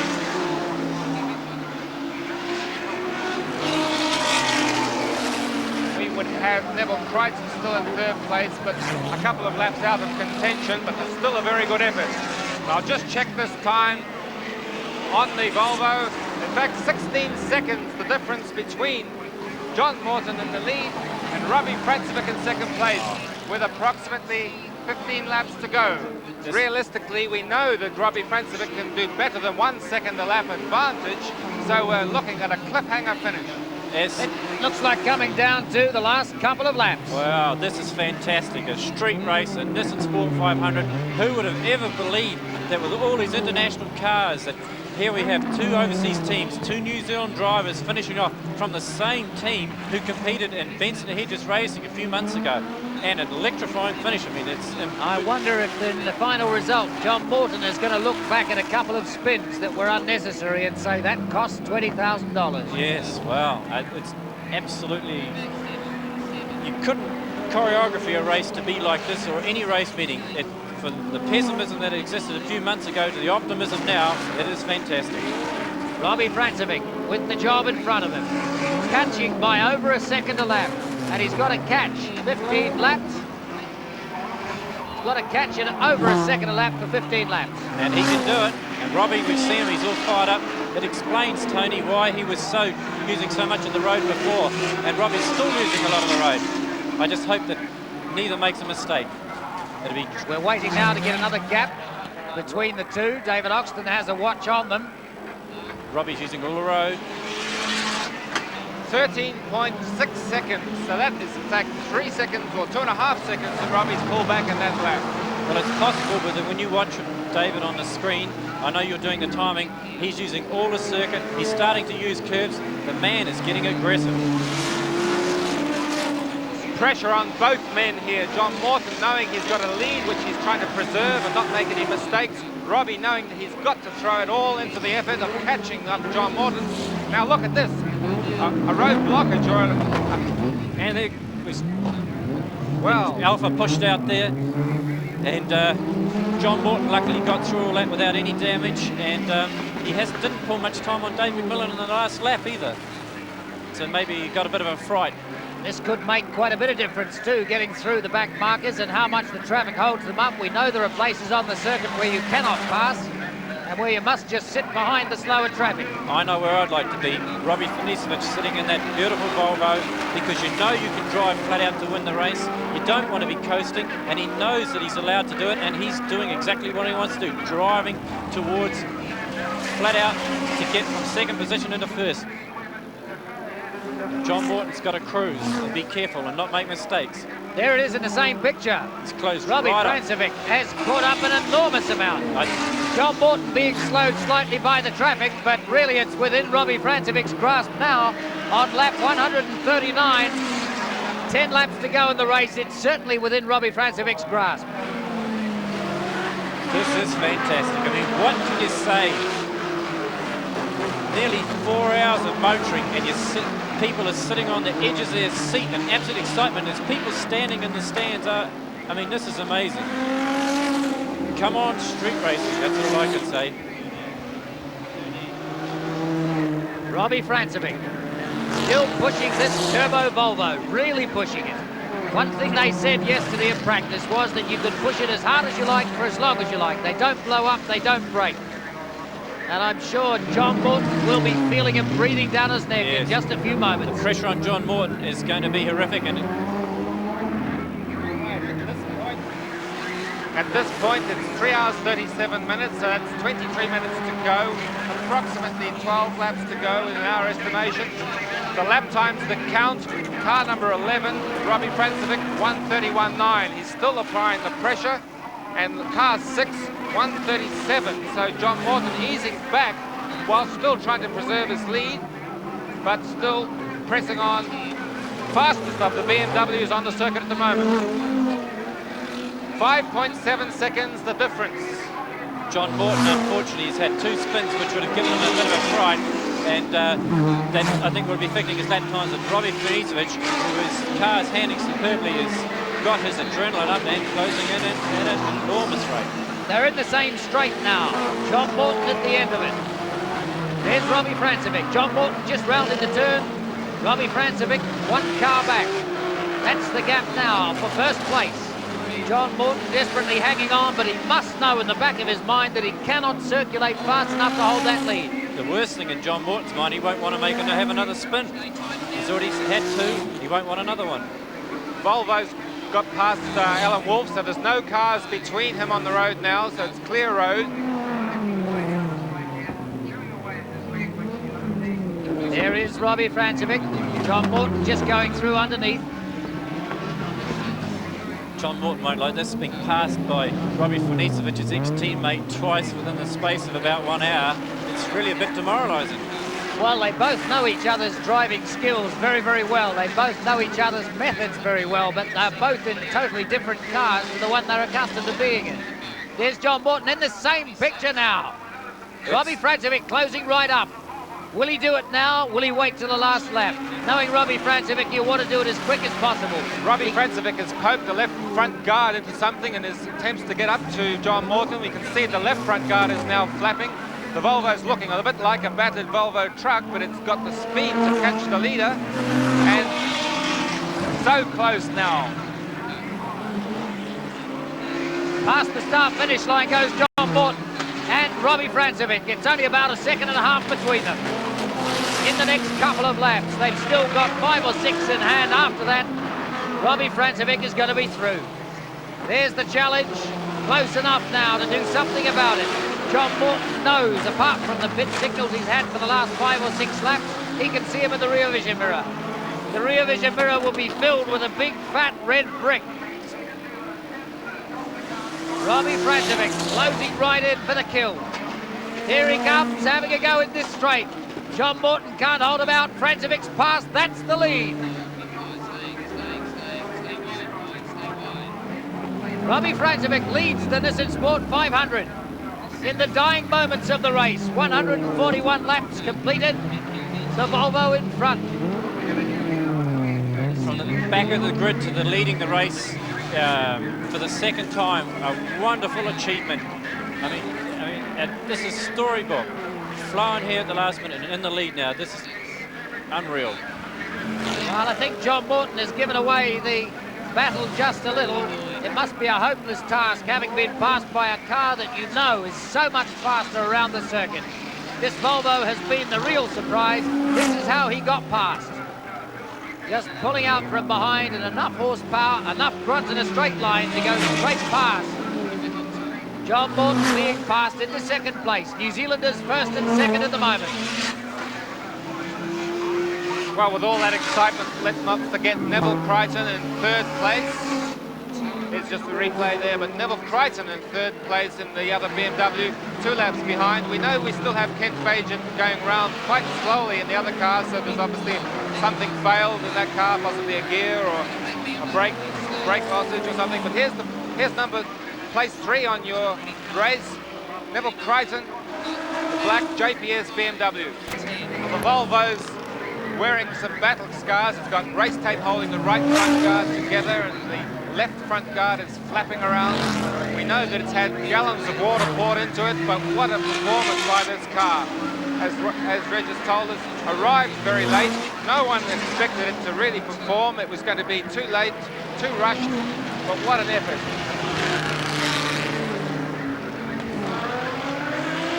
Well, I wonder, even without the couple of spins that John Morton had, I still think Robbie Francevic would have caught him the way he's driving because of the differential in these cars. I'm not sure, Tony. Those spins also cost John Morton his confidence, because we've seen 2 on camera. He may have had another couple of others, and they affected his confidence. So I really think that if he hadn't had his confidence knocked out of him, it might have had a different result here. But still, we've got another 7 laps to go, and a lot of things have happened in this race already. We see the man with the checkered flag. He's at the start-finish line in preparation for the closure of the race, but we'll watch that flag position. We're working on a time basis, not a laps basis. So when the starter and finisher in this case, when the finish man decides that the time is up, he drops the flag. So we have to be guided by him. waiting for the flag to come out at any moment as Michel Delcourt stands in the pits, looking very, very nervous as to whether or not this car is going to hold up. He need have no fear about the driving ability of Robbie Francevic, as he's shown us he can go out there and equal Michel Delcourt's excellent lap time. But just a little bit of nail biting now as it comes to the closing stages. Will the car stay together till the end of the race? Well, the Wellington Nissan Sport 500 race has been sensational from one end to the other, and we're going to have another chance to see this car at Pukekohe next weekend. So it'll be interesting to how quick this Volvo is going to go without all the troublesome pit stops that it had early on, which cost a lot of time. So to the people at Auckland who want to see the car, then they know where to go next weekend. On the basis of normal scheduled pit stops, this Volvo would have won by something like 11 minutes. Yes, and Mark Petch will be glad that he ended up, that he's the owner of this car, and he can be racing at New Zealand in future Group A races. So to the general motor racing public, only seen... This race has been a credit to the idea born by two men, Ian Gamble and Kerry Powell. Two people who've worked with an army of enthusiasts to bring this race to the street. They fought hell and high water. They've had to beat negative people who put it down as it will never happen. They've actually made it happen. They've worked with the motor racing people, the motorsport authorities, to make sure that the best people they could get would be in this country. They've worked with the city councils and the harbour boards and the scaffolding erectors, the safety people, crane drivers, thousands of people to bring this race, and it must be a vindication to their idea. A tremendous performance by two men who brought it to New Zealand. The flag marshal standing down at the start-finish line with a flag still not yet unfurled, but not far away from a finish. They've completed 145 laps, and Robbie Francevic really waltzing away now. We'll get a check on his lap times to see if he's eased off the pace.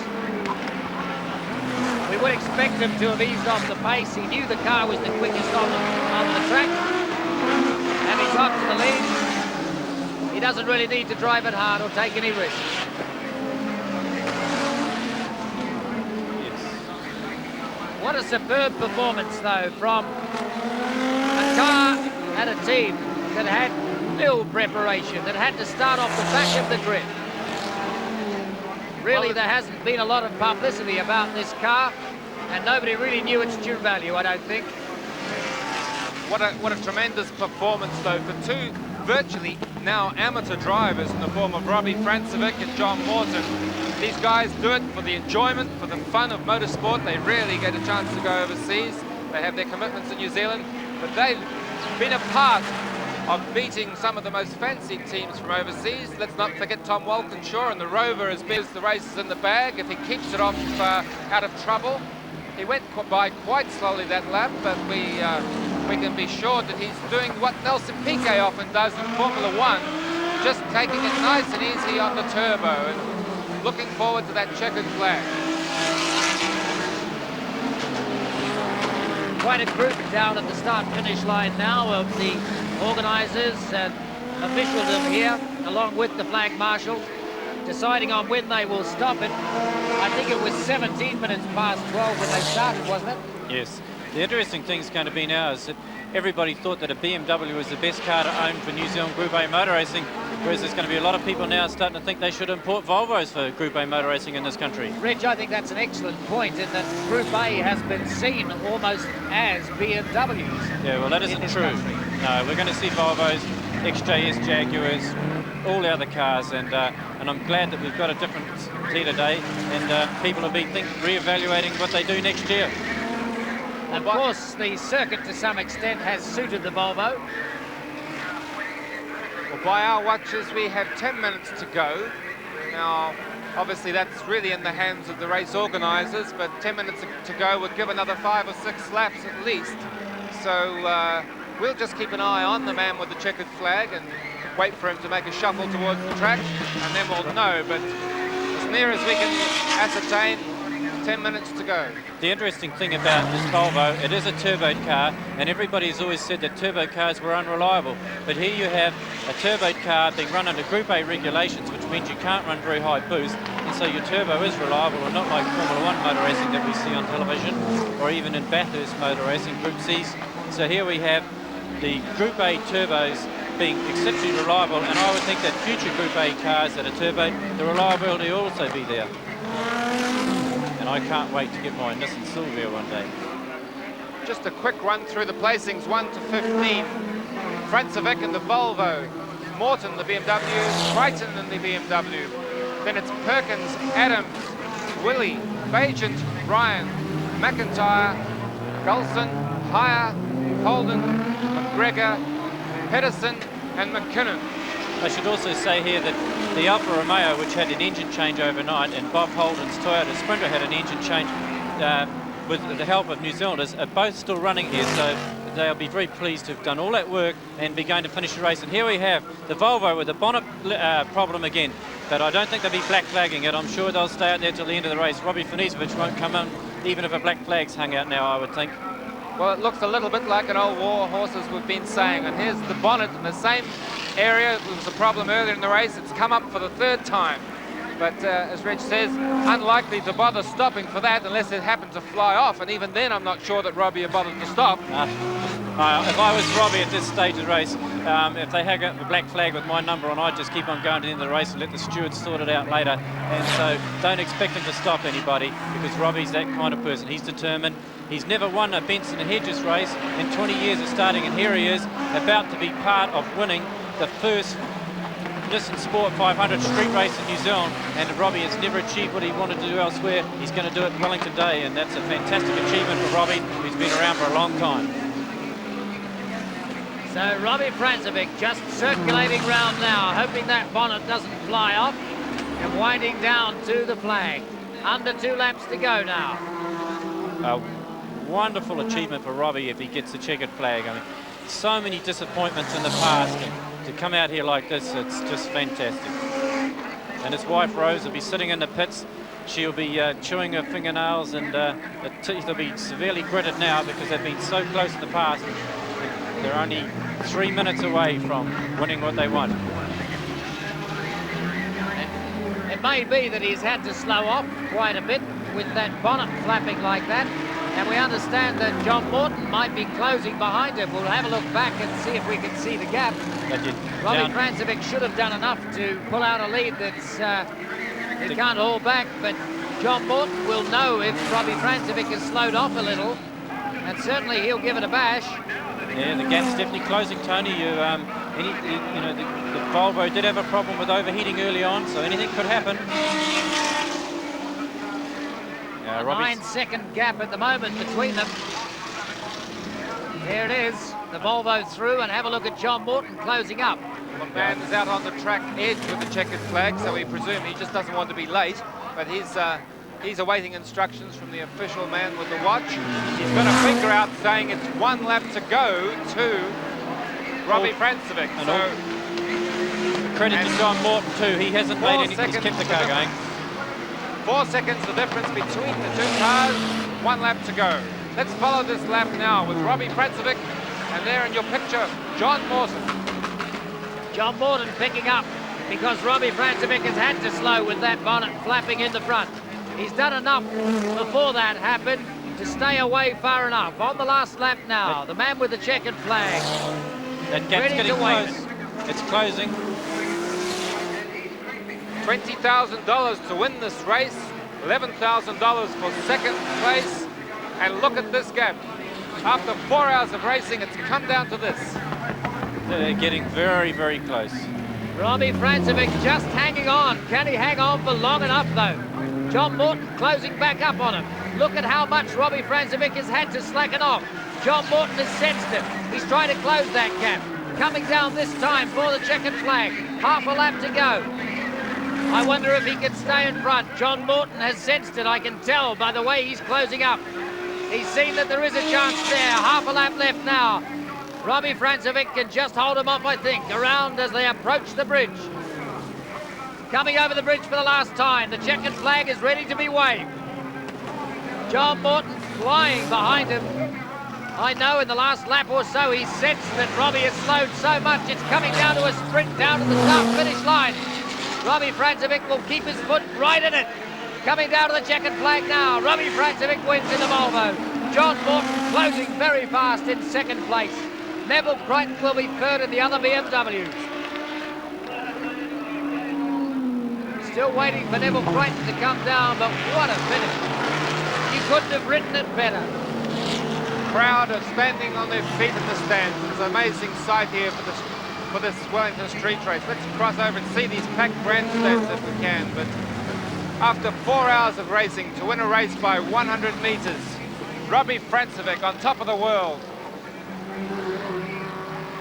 Well, we've seen everything. Absolute excitement. The Nissan Sport Wellington race has just been a success in terms of tension from one end to the other. So Robbie Francevic, co-driving with Michel Delcourt from Belgium, has won the Nissan Sport 500 Wellington Street Race. The first one of its kind. I'm sure it won't be the last. And that really is the big win that Robbie Francevic has been looking for 20 years. Neville Crichton crosses the finish line in third place. An excellent drive from them. I don't think there's a car on the field, a car on the track, that doesn't have some kind of panel damage or engine damage in the space of 4 hours. It has been superb street racing. An excellent challenge by the Frank Sidner, John Morton team and the BMW. The best performed of the local BMWs was Neville Crichton. A little bit of misfortune for Ken Paget and Neil Lowe, having had the lead of the race earlier on. 6 different people I can think of have led the race at various stages. But in the end result, the car that was the fastest on the track, this Volvo 240 Turbo, has really proved the giant killer. Nobody was giving it a chance because of the lack of preparation and the lack of time to prepare it. And almost everybody whose opinion you normally respect had written it off, wasn't even considering it as a chance. Well, Michel Delcourt and Robbie Francevic have proved them wrong. New Zealanders first and second, New Zealander third. Admittedly, the New Zealanders in these first and second teams weren't the initiators of the project. John Morton driving in Frank Sidner's BMW in that team, and of course Robbie Francevic driving with Michel Delcourt in that team. But nice to see New Zealanders first and second across the line as well as third. People still standing in the stands.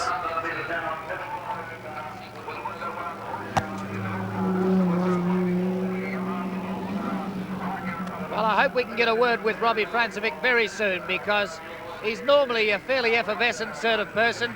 I'm sure he's going to be in prime form today. The number of years he's been trying to win New Zealand's prestige B&H race, and now to do it on the streets of Wellington as an absolute underdog. Just quickly through those first 6 places as we have them. That's Francevic and Delcourt in the Volvo.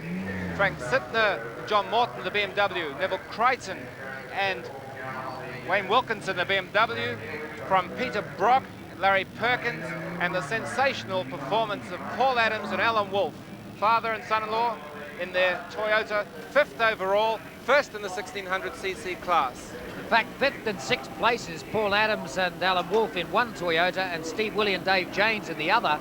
5th and 6th places for 2 1600cc cars. Those are superb performances. The drive of the day for me, apart from the winning performance of Robbie Francevic and Michel Delcourt, would have to go to Paul Adams for the way he managed to keep that Toyota right up there and circulating. They had some problems during the race, but a superb performance by them. Okay, let's go down to Graham Booth and get a word with a man whom I'm sure is going to be very happy. Congratulations, Robbie Francevic.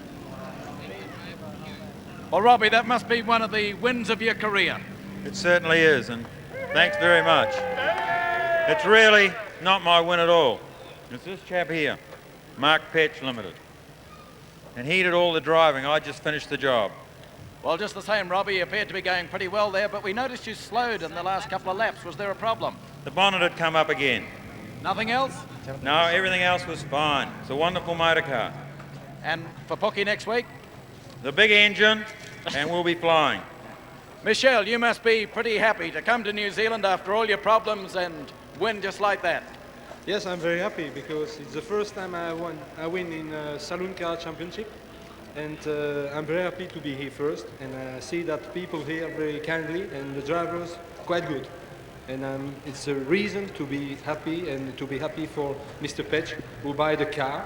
And so you see that the Volvo product is a good one, and I'm sure he certainly win a lot of races here in New Zealand and Australia. When you had all the problems the other day, did you really believe that you're going to be able to win this event? You know, a race is never over before the last lap. Then we could win, we could lose, we could win or lose, but you know, that's race. And I'm very sorry for my friend Frank Sittner, but I'm sure he's happy if I won. John Morton, Frank Sittner in the BMW, and Neville Crichton and Wayne Wilkinson in the other BMW. In the 1600 to 2.5 litre class. Success all round. One hopes this is the start of things to come. They managed to attract a good class international field here. The racing has been superb all day. The drivers have all enjoyed it. Everyone we have spoken to has said, yeah, fantastic, love it. I'd like to come back. And the race coming down to a really close finish, not decided until right on the checkered flag with about 100 metres between them. Robbie Francevic, the winner, with Michel Delcourt in the Volvo 240 Turbo. John Morton and Frank Sittner in the BMW 635 CSI in second place. And a similar car driven by New Zealand Neville Crichton and Wayne Wilkinson in third place. Those are the overall results. A tremendous success. There's Frank Sittner and John Morton, second place. A good drive. Luck didn't quite go their way all day, but they have come in with a second place. And all credit to everybody concerned with this event. We hope it's the start of bigger things to come and bigger international fields.